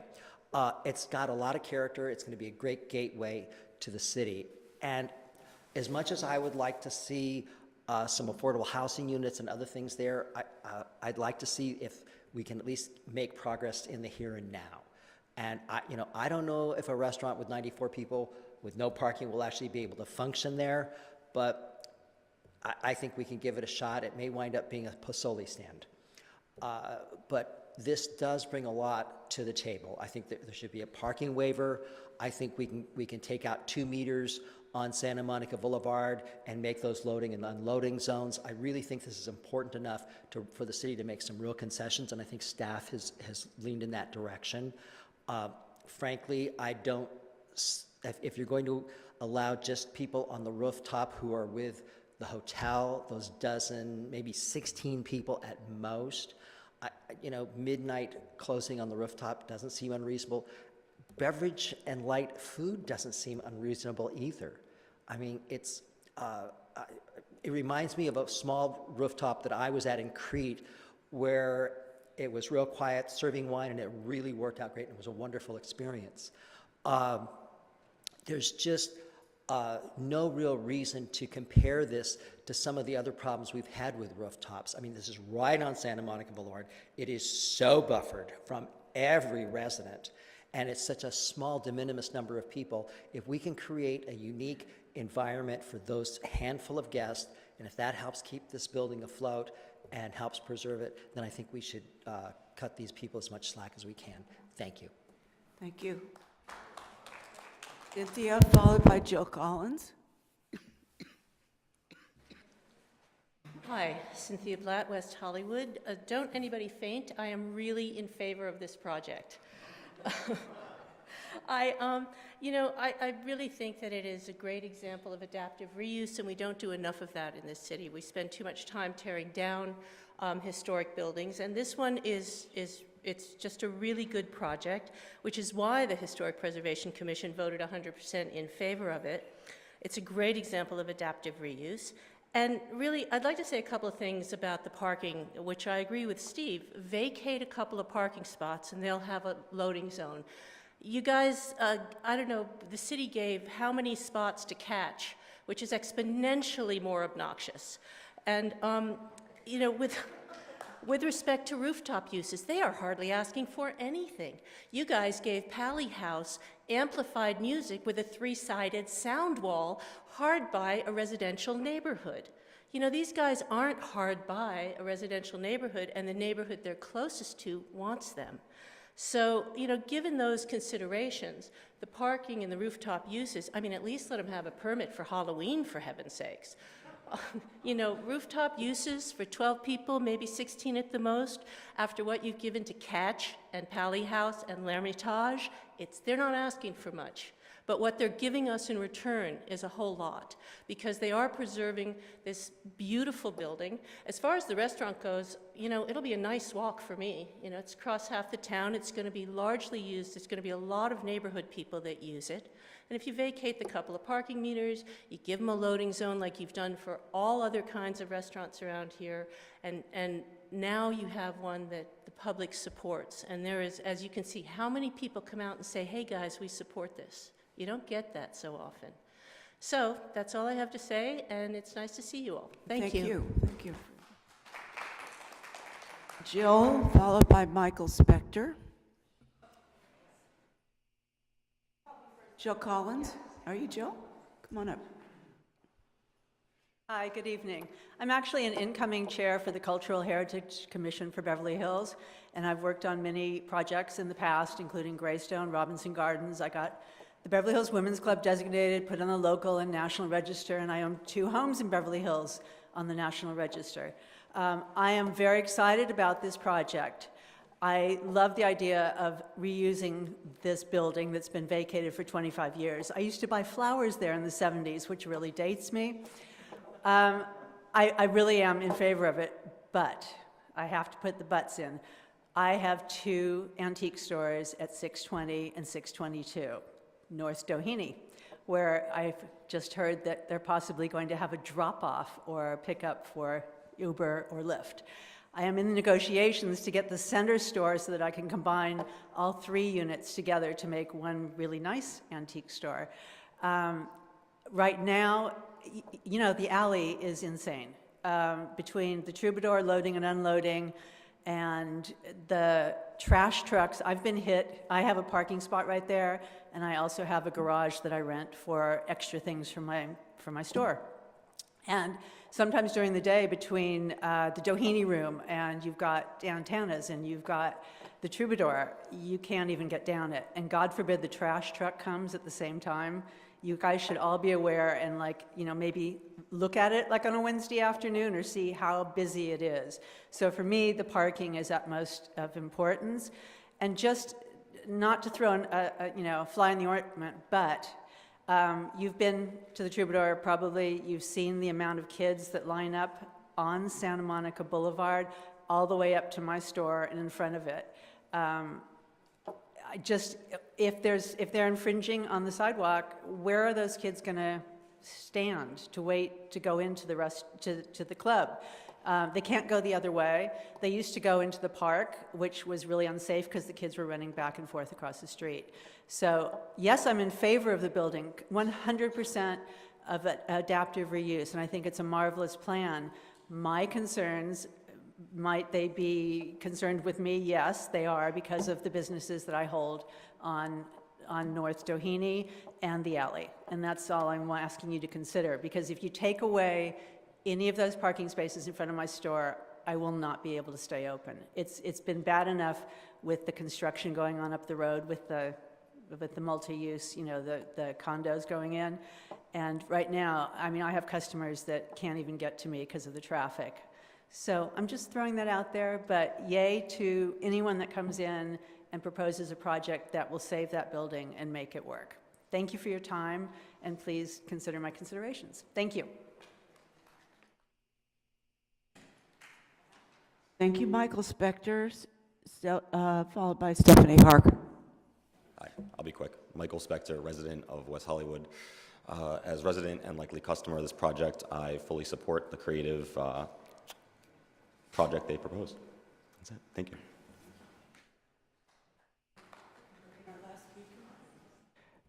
No, second to last is Kathy Blavis. Oh, there are 2 more? Oh, Kathy Blavis, yeah. There's Stephanie Harker and Okay, Kathy she Blavis. came after. Okay. Stephanie Harker. Maybe. Stephanie. And then Kathy. Good evening, Chair Buckner, commissioners, members of the public. Stephanie Harker, City of West Hollywood. I really and truly believe that this project ticks all the boxes of my favorite section of the municipal code, and that is the cultural heritage preservation. 19.58.010 for people who are keeping track. And the provisions of this chapter, which constitutes the city's cultural heritage preservation ordinance, are adopted based on the following findings by the council. Threatened structures and sites.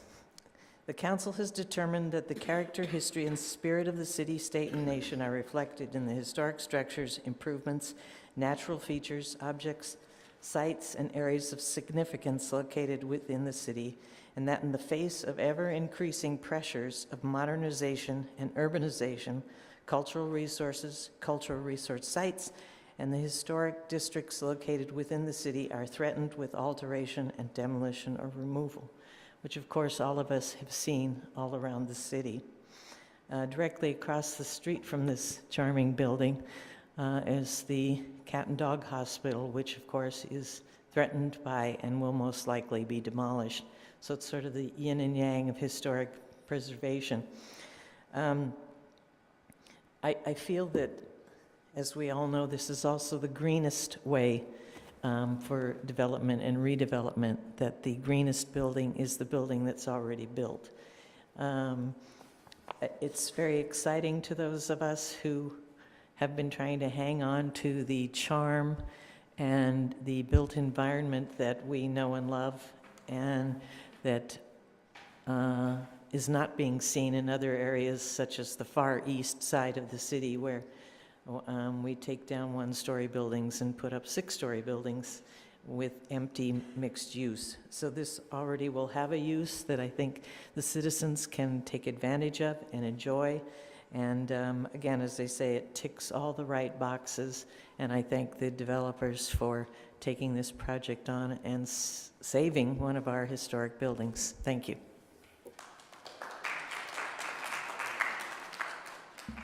Kathy Blavis.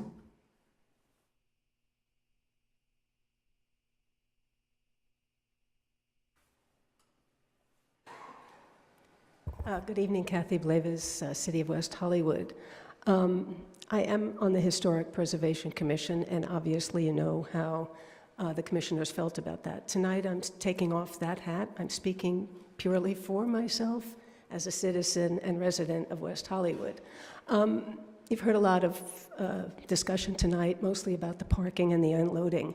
From my point of view, it doesn't behoove the developers, the owners of this building, to not figure it out. Otherwise, they're going to have spent all this time, all this energy, all this money to create something that nobody can use. So I believe that based on comments tonight, based on the commissioner's comments, I believe that they will figure out a way to make it work. It kind of saddens me when I look around the city, different places that have wanted to open and can open, or have to really restrict the usage of some of our older buildings because of the parking situation. And I heard or didn't hear the concept of group valet parking.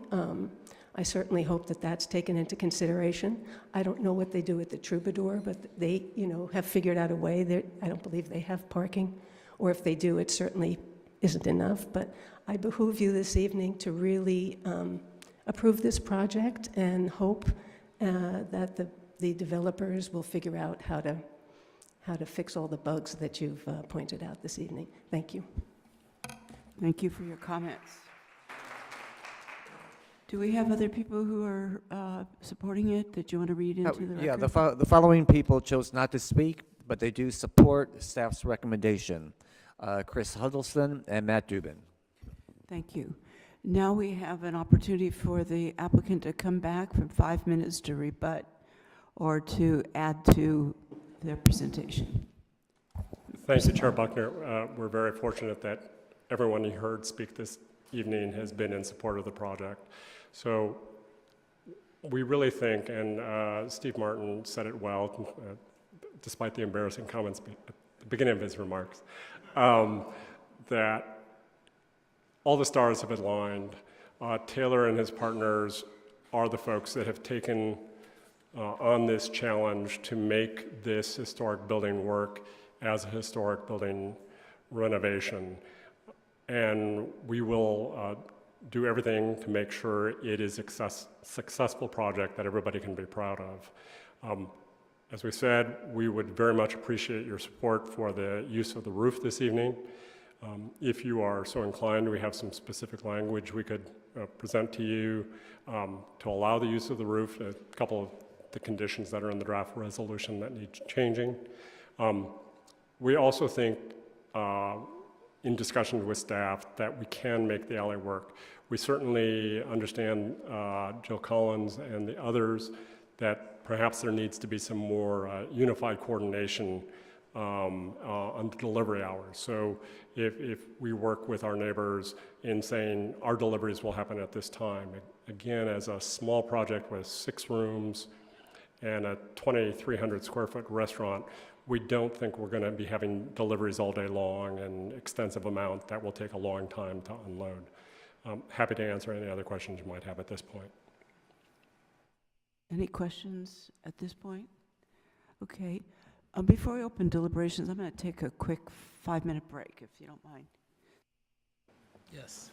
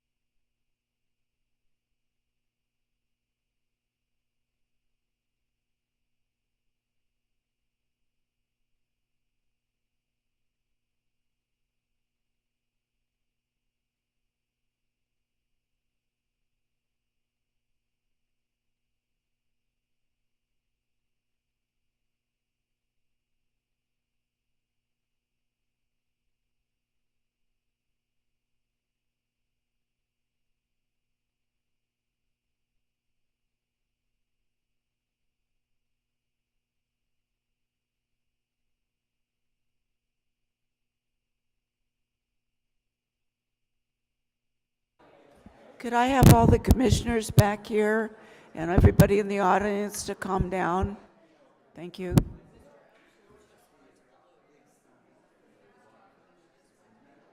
Oh, it's right there.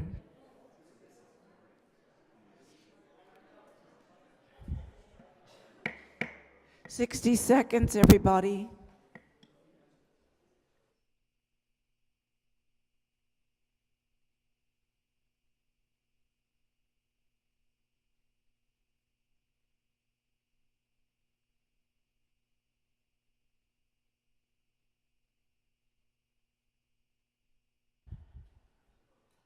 Commissioner, where'd Bass go? Oh, here he comes. Okay.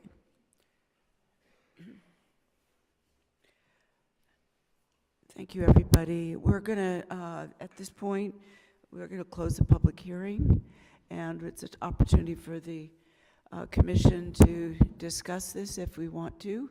If not, I'll entertain a motion.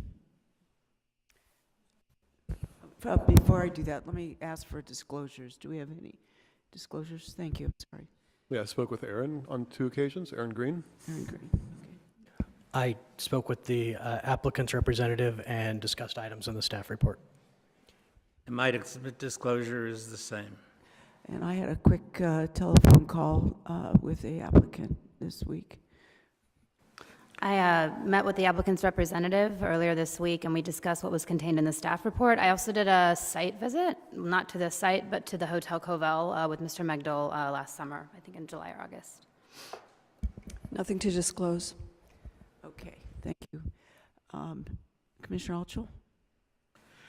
As I said a couple of times before, we don't have a parking issue. I think everybody agrees that the waiver of the parking, the adaptive reuse, and everything that's presented here is certainly makes a wonderful project. And as Kathy Blavis put it, I think, and Steve Martin, it's a much-needed project and a much-needed development to make that horrible-looking building active, vital, and good-looking. But we need to resolve the loading and unloading because of Uber and Lyft and what they do. They respect really none of the rules. And all you have to do is stand on this corner here for about 15 or 20 minutes, and you can see that. But I do believe it's, as everybody pointed out, and somebody, in fact, the reporter in the audience asked me if I'd ever seen a project presented where there was no opposition spoken. And I don't think so, but it's rare. And there was no opposition spoken. And because of all of the reasons stated. But I think there do need to be a few more conditions that should be added to the staff's recommendation. Several of them, the no smoking on the roof deck, the applicant agreed to keying the elevator to the roof to the hotel guests, the applicant agreed to. I think there should be a workable loading plan provided by the applicant to be approved by the commission. And I think that's the only item that should be brought back to the commission with respect to the motion or the entitlement, if in fact it is agreed to by the commission. And I'd like to also add that they be allowed, I would say as many as 15 on the rooftop, but at least 12.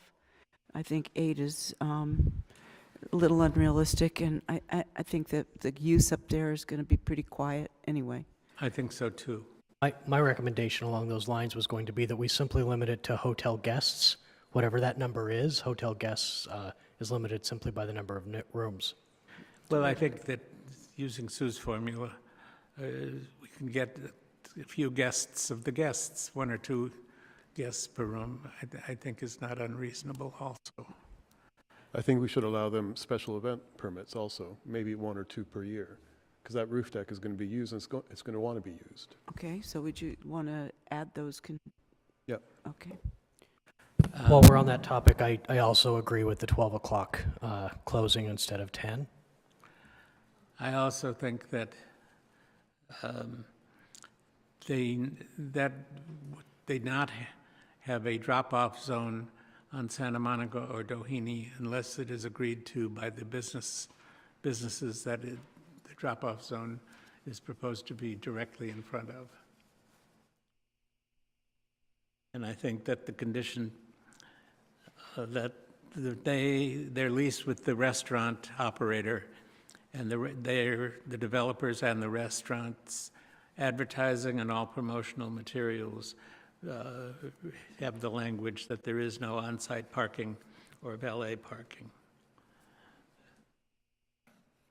In that same vein, I had kind of written a potential condition that would require them to have signage that directed people to the unloading areas, because of what I notice in some of these other restaurants is people simply flag their Uber, Lyft, taxi wherever they want to. So if we can kind of push people to wherever the loading zone is, that signage be required to the community development director's satisfaction. Okay. So if it's okay with the commission, if everybody agrees, I will try and craft a motion and we can discuss it piece by piece. No? I have a motion on the floor. What? You do? I also have comments that we haven't addressed, and I want to. What is the motion? Let's let Commissioner Commissioner Jones Jones make a make her motion, but you comments. don't have one. You haven't made What? it yet. I've asked to make a motion, Right. yes. Okay. Well, if you don't have a motion, then I you can't do have a ask. motion, but I wanted to respect Commissioner Jones's request to comment. Thanks. So I just want to back it up here just a little bit. So I just want to say, first of all, that we don't have very many buildings like this left in West Hollywood. And in fact, I can only think of a handful. So the spirit and intent of this project, I love. I've been going to Bar Covell since it opened, which I think was probably 7 or 8 years ago. I go there several times a month. It's lovely. The parking's a little different. So this is not an apples to apples comparison. And there's a hotel above that I was able to kind of get a quick, they shoot us out pretty quickly, but get a quick tour of it with the developer. And it's beautiful and unique, and there is literally nothing else that we would have like it in the city. But there are two things of concern to me that we haven't, we've talked about one of them, the other we have not. We have an opportunity to get ahead of parking and not parking. Commissioner Altschul is right. It's not so much a parking issue. I don't have an issue with the parking. It's the drop-off and loading that I think needs to be addressed, and I think we really, we have a hearing later about a restaurant, and we're going to be talking about this, but we need to get ahead of this. It's the gateway to the city. It's a super busy area.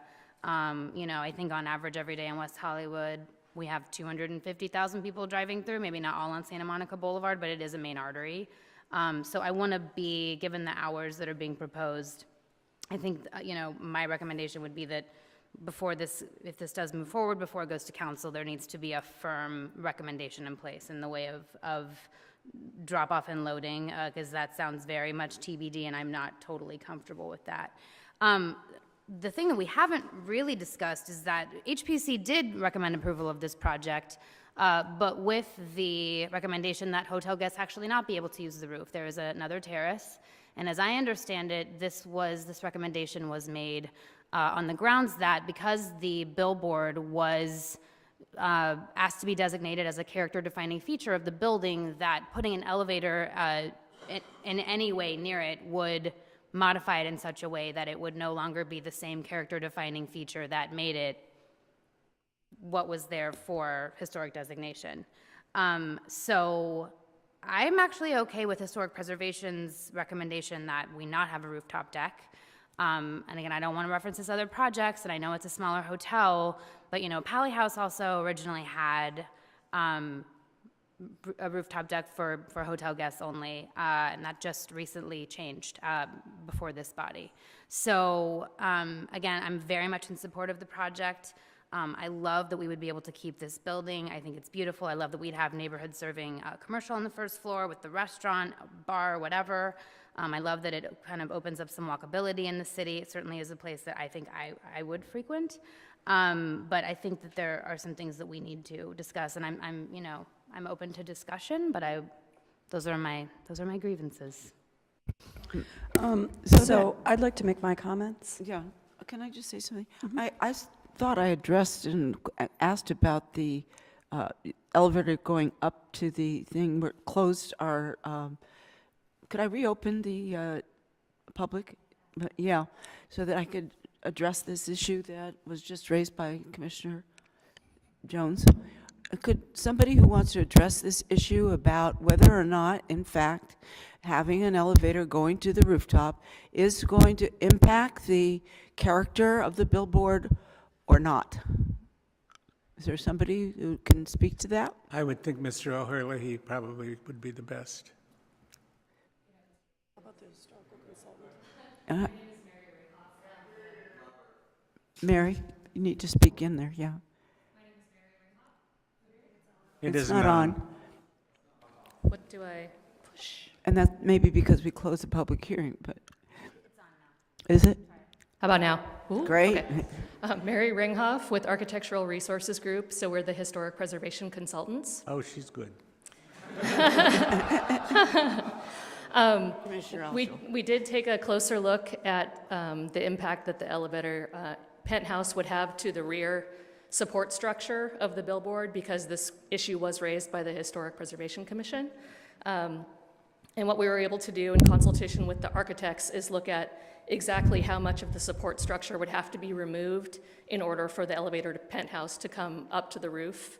And when we looked at it, it looked like of the 5 main support members that support the back of the structure, a 12-foot portion of one of them would have to be removed. And as we spoke about, then the elevator penthouse would actually be tied directly into the structure to provide that structural support that would be gone with that member missing. So we found that it was a minimal impact to the structure, so it didn't make it lose its historic character. We consider it to still be a historic character-defining feature. And we also felt that it was an alteration that was reversible. So like some alterations that can happen to buildings, this is one that if in the future you wanted to remove that penthouse, you wanted to restore the sign structure to look exactly how it was, you could reconstruct that missing 12-foot, and it would be, once again, it would be a reversible alteration. Okay, thank you for that comment. Do you want to ask a question of this? No. To be clear, though, HPC voted unanimously to not have the rooftop terrace and to not have the elevator projection. Is that true? Yes. Thank you. Oh. Okay. Can I make comments now? Yes, you may. I don't see how we can't approve this project for all the reasons that have been stated tonight.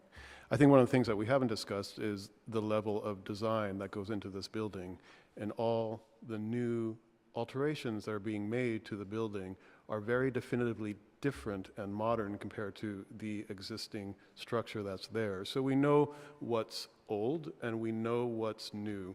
In regards to the elevator shaft that goes onto the roof deck, I'm totally in support of it. I know Historic didn't approve it, but the fact that there's such a clear delineation between new architecture and historic architecture allows that piece to sit on its own on the roof deck and not impede on the view, on the billboard view. It sits behind the billboard. So when you're coming down Santa Monica Boulevard, you're never ever going to get line of sight of that because it sits behind the billboard and away from the edge of the building. You may see it as you come down Doheny, but it's not significant enough that I think it merits not having that amenity on the building.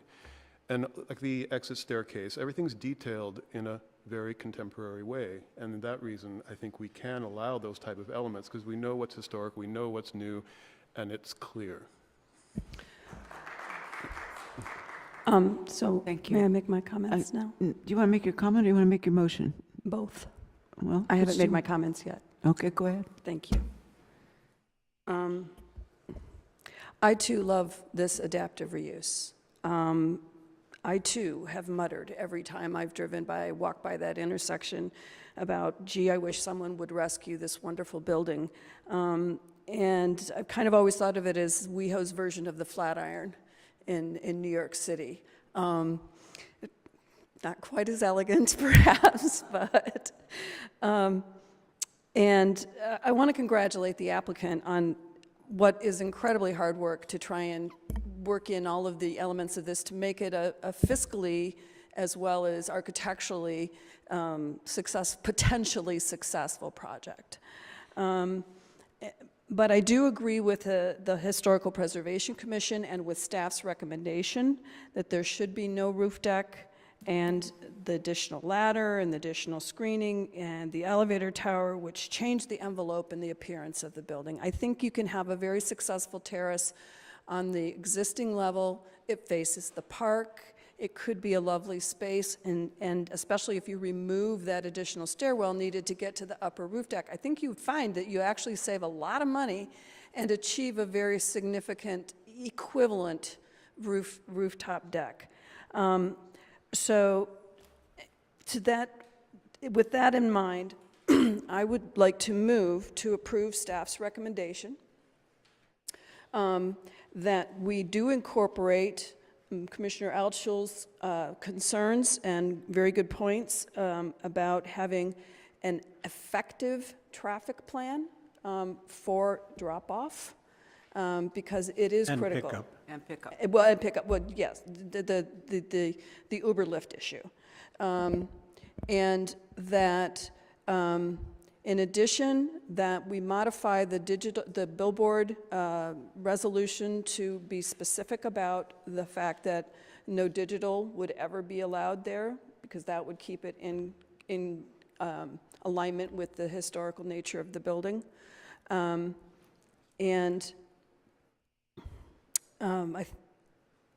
I too do not have any problem with there not being parking provided on site. I think that all of the merits of this project more than compensate for the issues related to parking. And so with that, I move that we approve staff's recommendation. Do we have a second? I'd like to speak to the motion, Okay, go ahead. and I that don't is, think I don't think you can, Sure you can.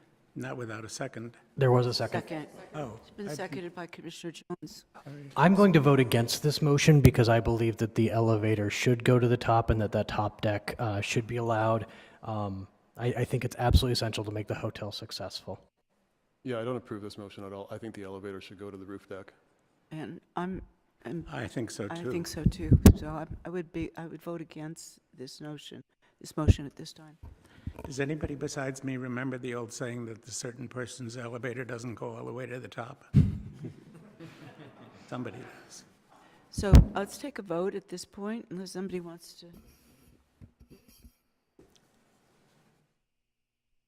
This is for the current motion. Right. Recommending the staff. And motion fails, 4 noes, 2 ayes. I'd like to make an alternative motion. Thank you, Commissioner Bass. I'd like to move staff's recommendation, but that we allow the top roof deck. Please help me with language as necessary. Tell me what you want, and then I'll help you. Okay.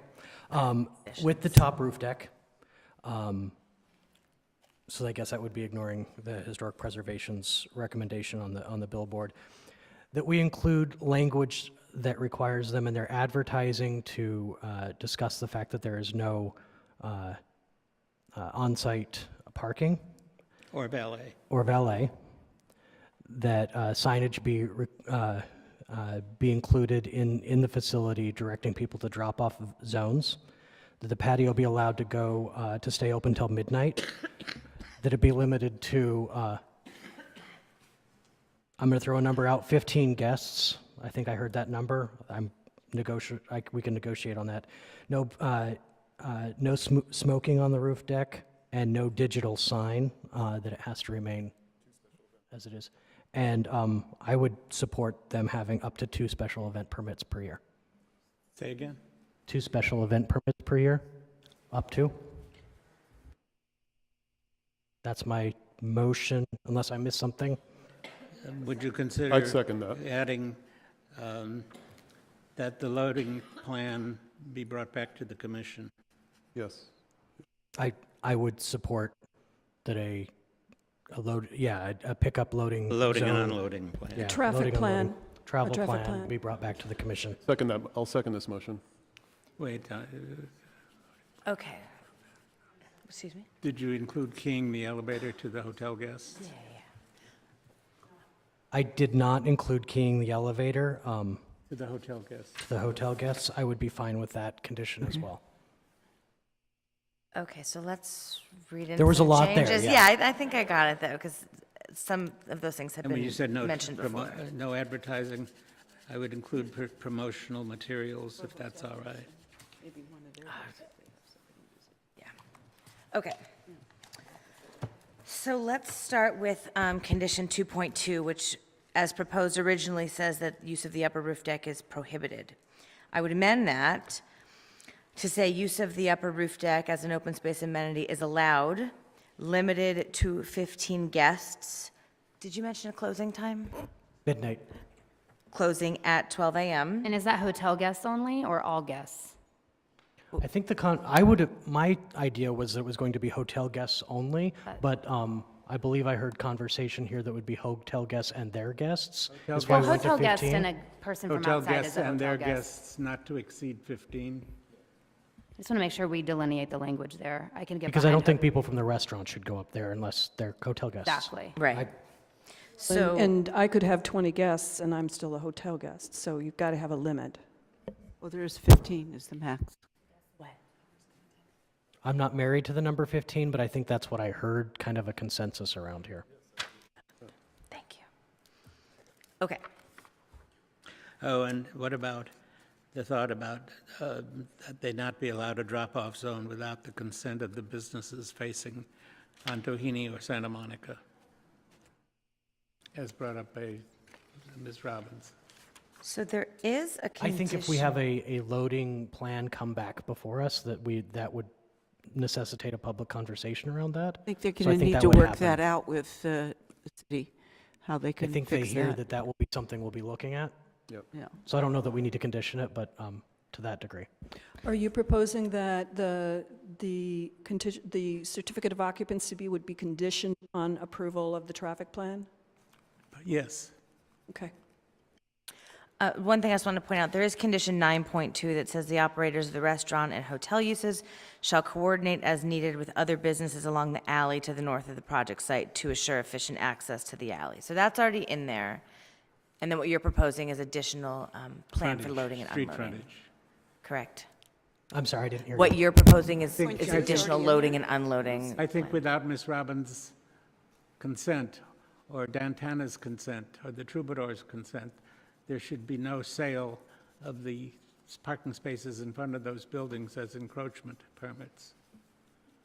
Well, there's got to be something, and I think the But I city don't can think- work it out with But the that would be What I businesses would like, there. what I would like to leave it at, and we can vote it down if you all don't agree, but I think that the fact that we're asking staff to create a plan Plan. with the developer, they'll bring it back to us and we can address all of this minutia at that point in time.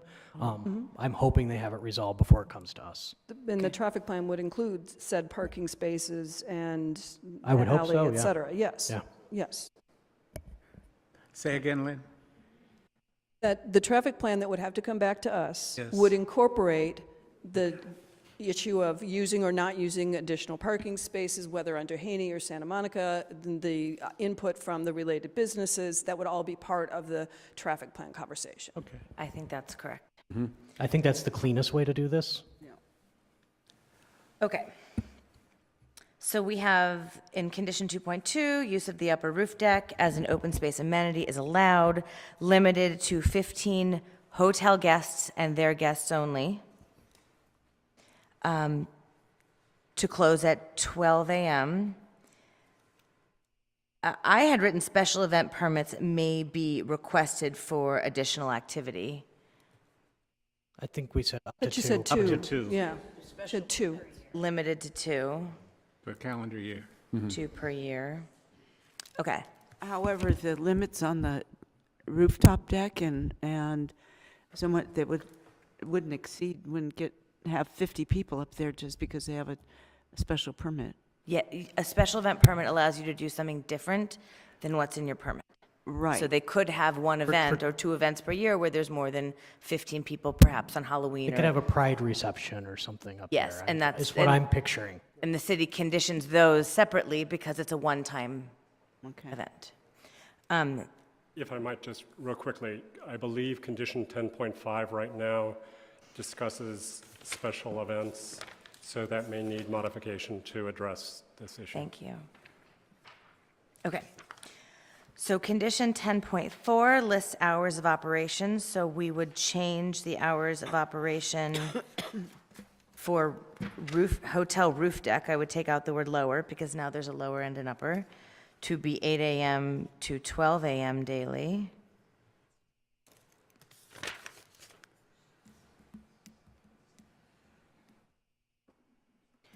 I don't know that we need condition 10.5 anymore if we already addressed it all in 2.2. I think we can take 10.5 out because 2.2 addresses all of that. Okay. Then at the end, You don't have a 10.5? What is 10.5? 10.5 is a condition dealing with the lower deck being limited to hotel guests only and the lower deck special events. But I think Looking at page 11.0, and I don't see anything. Doesn't have a 10.5. Oh, it's That's in the the historic it's in the preservation. resolution itself. Okay. Okay, I got it. Sorry, looking wrong. am I in the? Yeah. Yeah, okay. Buckner, Okay. Chair Buckner. Yes, I'm sorry. sorry. Just wanted to clarify that what we're talking about now is 2 special events permits for the hotel for the roof, which is limited to the hotel.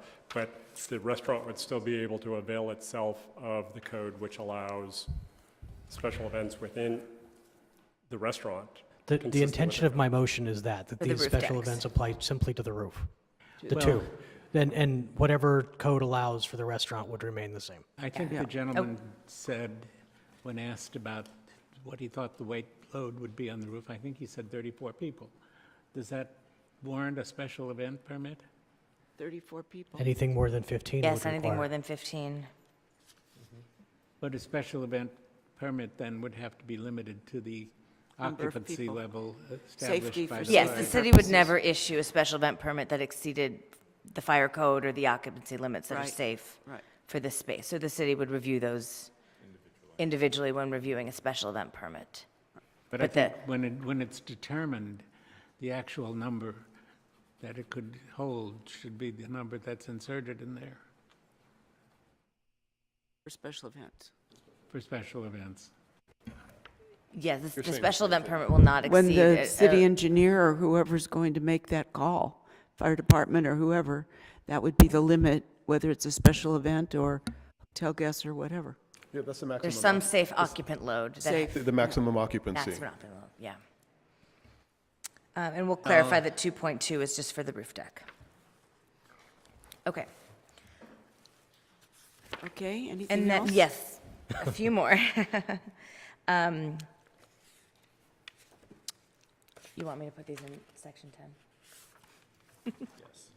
Okay, we're going to add on to section 10, which is operations, new conditions, a new 10.5 that says no smoking on the roof deck, a 10.6, And no smoking on the other terrace either.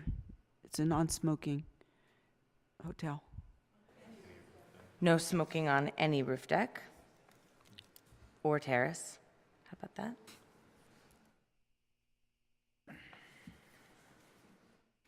Okay, then another condition, 10.6, all promotional materials and websites shall indicate that there is no on-site parking and no valet. Condition 10.7, the business shall install signs to the satisfaction of the community development director, directing customers to any approved loading area.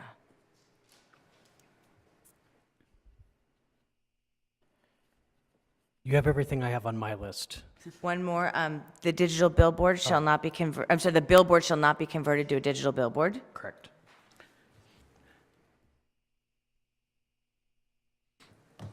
I forgot to highlight that one in my notes. And that the applicant shall prepare a loading plan to be brought back before the Planning Commission before a certificate of occupancy shall issue. Loading a traffic plan. Loading and traffic. Loading and traffic plan. Loading and traffic plan. Okay.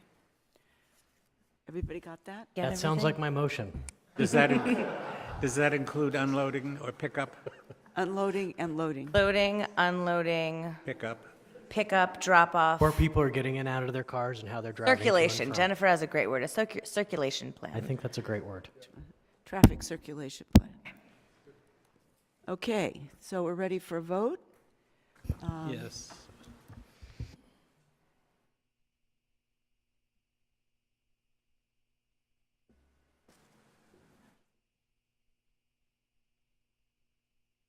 And the motion passes unanimously.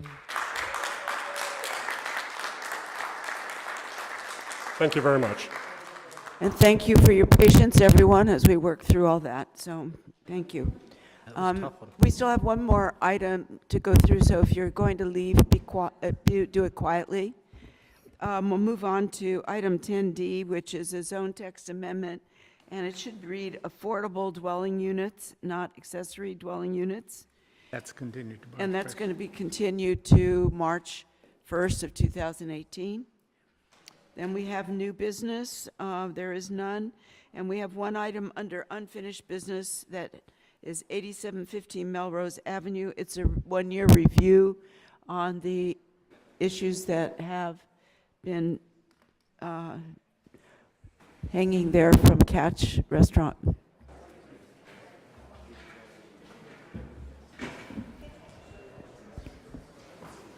Okay, Adrian, go on. Thank you, Chair Buckner and members of the Commission. Would you please take your conversations outside the chambers, please? Thank you.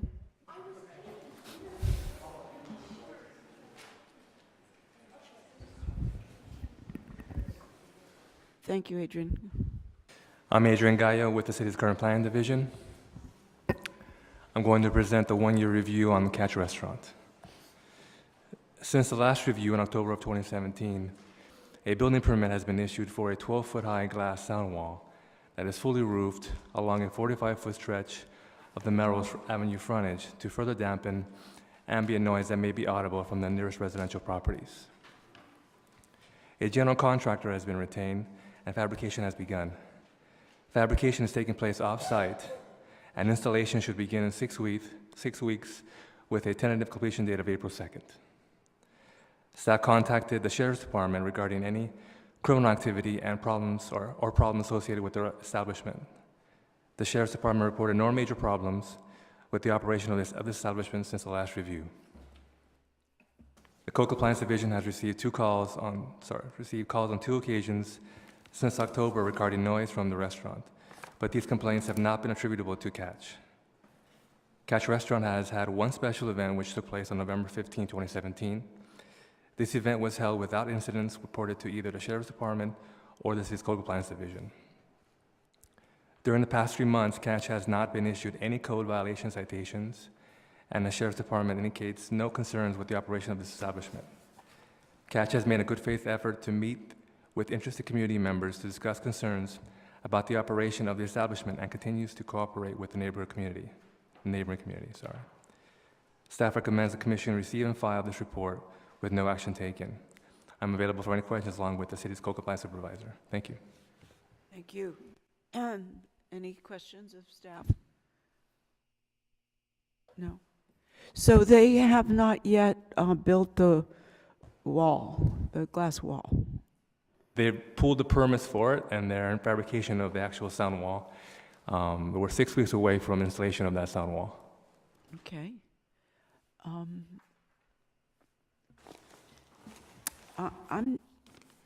we have any speakers on this? We have the applicant here The available to applicant? speak. Okay, would the applicant like to come forward and address the commission? Honorable Commissioners, Aaron Green with the Africa Consulting Group representing Catch. I'm going to be exceedingly brief. I just wanted to thank you for the time. Note, as staff said, that I think our client strongly heard the concerns that were raised when we were here last, and has endeavored to work with our neighbors. We haven't had any violations. There haven't been any concerns attributed to the site.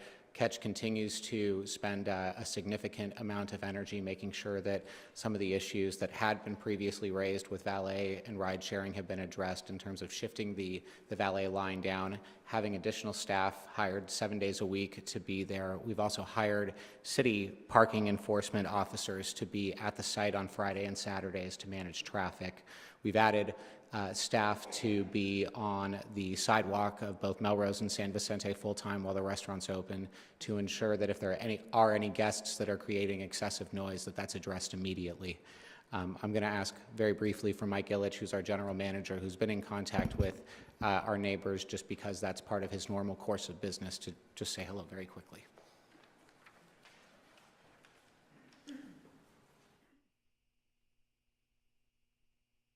Hi, Mike Illich, General Manager at Catch. Thanks for giving me the chance to speak. We've continued to work hard at making sure that our impact on the neighborhood is as minimal as possible. I think being 100% is not possible, but I am kind of proud at my team and their diligence in following the three-night walks, making sure that we can't hear any audible sound in the neighborhood. We respond immediately to any issues that we have in valet that we see, and we're down there 3 or 4 times a night as a management staff. I also, just for the record, I think it was really helpful the last time that I was here is that I publicly gave out my cell phone number, which I don't know if this is the record, but I'll put it on this, which is 917-287-4135. I encourage anyone in the neighborhood who has any issues that are coming from Catch or might be coming from Catch to contact me immediately, and any issues that we can have are addressed on the spot. So thanks for your time this evening, and I look forward to continuing past. Again, I said this last time I was here, it's not about, for me, it's not about complaints to code compliance, it's about how people feel. So we will continue to work for as long as we are around, which I hope is a very long time, to make sure that we're addressing any issues immediately and doing any big projects like the sound wall or the tent to get ahead of any situations that we might have. So, thank you.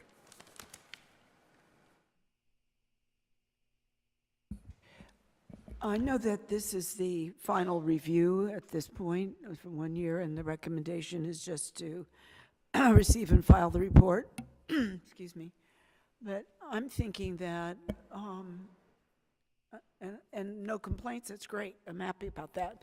But I'd like to have a review several months after the installation of the wall, just to see if there's any comments. That's my preference, but I don't know how the rest of the commission feels. I would concur, because in addition, we're also talking the best number of months have been winter months. It's been cold, and so people aren't outside when the noise carries the most in the warm weather and being outside. So I would concur that we review this a minimum of 3 months after the new structure is installed, and after, obviously, the warm months to see what the result of this is.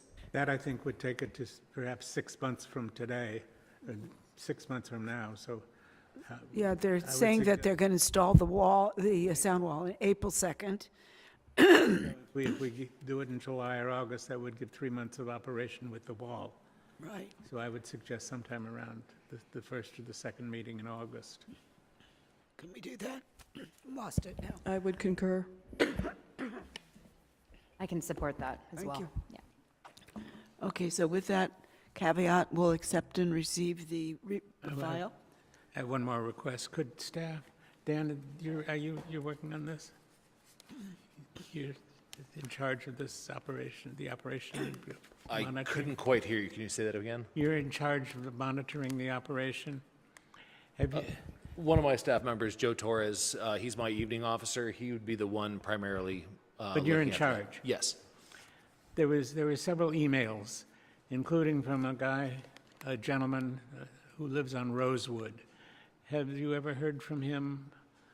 It says he has to close his bedroom windows and everything on his second floor because of noise, which is 4 blocks away.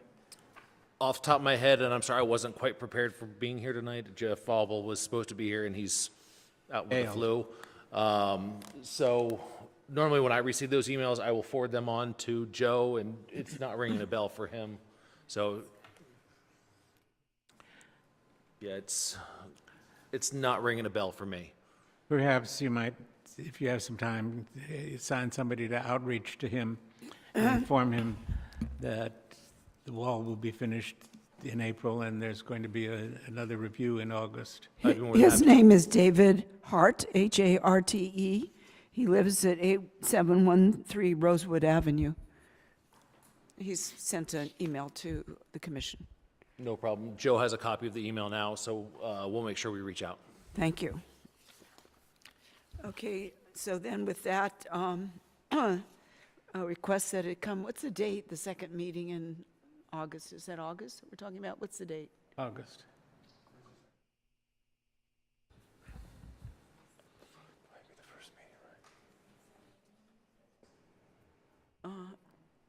Whatever that date is, I don't know. Probably 16. Isn't the first and second? Yeah. The second date in August would be August 16th. August 16th, correct. So we'll continue it for final review, you. hopefully. Very good. Next is excluded consent calendar. There is none. Items from staff, is there planning manager's update? None tonight. Nothing tonight. Public comment at this time. We have one public comment, Victor Omolchenko. Come on up, Victor. Good evening again, Commissioners. Victor Omolchenko, longtime West Hollywood resident, and yes, John Altschul, Commissioner.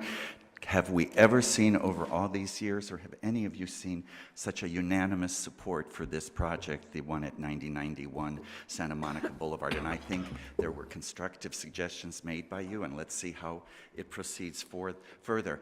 Listen, for a small city, we have so many things going on. In the community conference room today at the library, there was a meeting on community housing, and there were experts there and consultants talking about community housing. I got there, picked up this information, and will be reading about it, but I just wanted to share with you that there was a handout given, and now I'm talking as a rent-stabilized tenant in the city of West Hollywood, a message made about meetings on Saturday, February 24th in the WeHo Park Auditorium, and then on Tuesday, February 27th in Plummer Park in historic Fiesta Hall, regarding upward possible rent adjustments for seismically retrofitting our older type dingbat buildings. And the word on that, upward rent adjustment and including a direct cost pass-through option, what I think people want to know is that this is probably tenants who could be affected by increased rents, so everyone should come out to that meeting.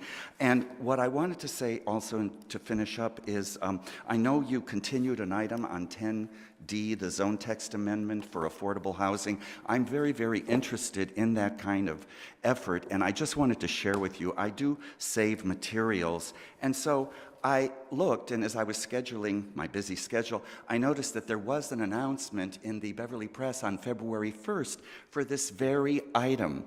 And then today, because I still get paper copy Los Angeles Times, the Beverly Press comes in, and the meeting on this 10D zone text amendment about affordable housing requirements has been continued to a later date. How this kind of stuff goes on, and the fact that I know it says that maybe there's some effort needed for more technical work done, but I was expecting on February 1st, when I first read about it, to be able to learn about this topic, and now it's being postponed. And just when the topic of affordable housing comes in, I'm looking forward to your looking at this request for an amendment to the West Hollywood zoning ordinance and Chapter 19, affordable housing requirements, to adopt new regulations for affordable housing in response to recent changes in state law.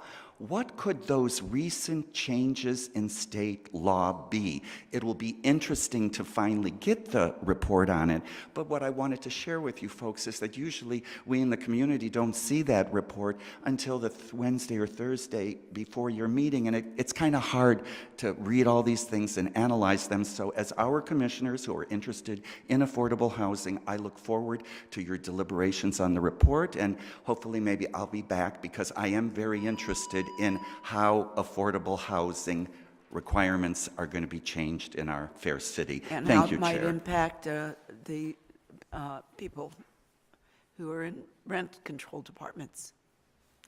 Okay, so, excuse me, I lasted through the whole meeting practically. Items from commissioners? I have one item. Okay. Tonight, we continued 1011 North Ogden, and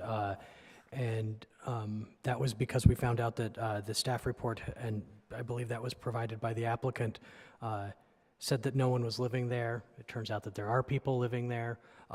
This also happened on a similar sort of situation, not exactly the same, on the La Cienega project we considered, I believe, in August, where the applicant at least led me to believe that no one was living there, and yet we had somebody speak at public comment during that item saying that they were living on the property at that time. So I just really want to figure out, you know, and I've had conversations with staff, but I wanted to go on record about this as well. We really need to make sure that we have that information, just make sure that's correct before it gets to our packets. And I say that because what I believe is happening are these developers are coming in and renting and not registering them the way they're supposed to. And I'm pleased, I don't want anyone to say that I'm accusing somebody of breaking the law. There could be misunderstandings. There could be a lot of reasons why that's happening. I just really want to make sure we have that information accurate in the future, and that might mean pressing these developers a little bit harder, and I would like us to do that. Yes. It's thrown a wrench in this particular project. Okay, any other comments from commissioners? Yes. Agree with what Adam said. You agree with what Adam says, and you? I agree, and I'd like to follow on with a suggestion. In our staff report, there is a statement on this section, each application, about how it's not on the rent stabilization rolls. I would recommend that staff actually make a statement. We have physically visited the property and reviewed the property, and make the following statement, that there is no one occupying the property, et cetera, et cetera. So that way, we're not relying on a particular statement, computer registration of rent stabilization, that we're relying on eyeballs on site, which is how this occurred, is finding this situation. And given in this particular case that this is about, the, you know, people that will potentially have to be LS'd out if they're going to be removed from these, and if we don't have that covered, legal can decide how liable we are of, you know, the possibility of making a ruling on something and then setting up a situation where we potentially have litigation from a renter. I agree with that totally, but I would also suggest that part of staff's investigation into the answer to that question would be, when you go to visit, talk to several of the neighbors. That's just I just have a couple thoughts about that. I think clearly there have been some situations where someone may have been living on the property and it wasn't reflected in the city's records, and so maybe a deeper dive into some information is required because the city's the property owner may not be properly registering, or the records might not be up to date. And I think staff can do the best that they can with the information that they have. There might be some situations where someone is squatting on the property, or they just may not be able to make an absolute definitive determination whether or not someone's legally living there or not.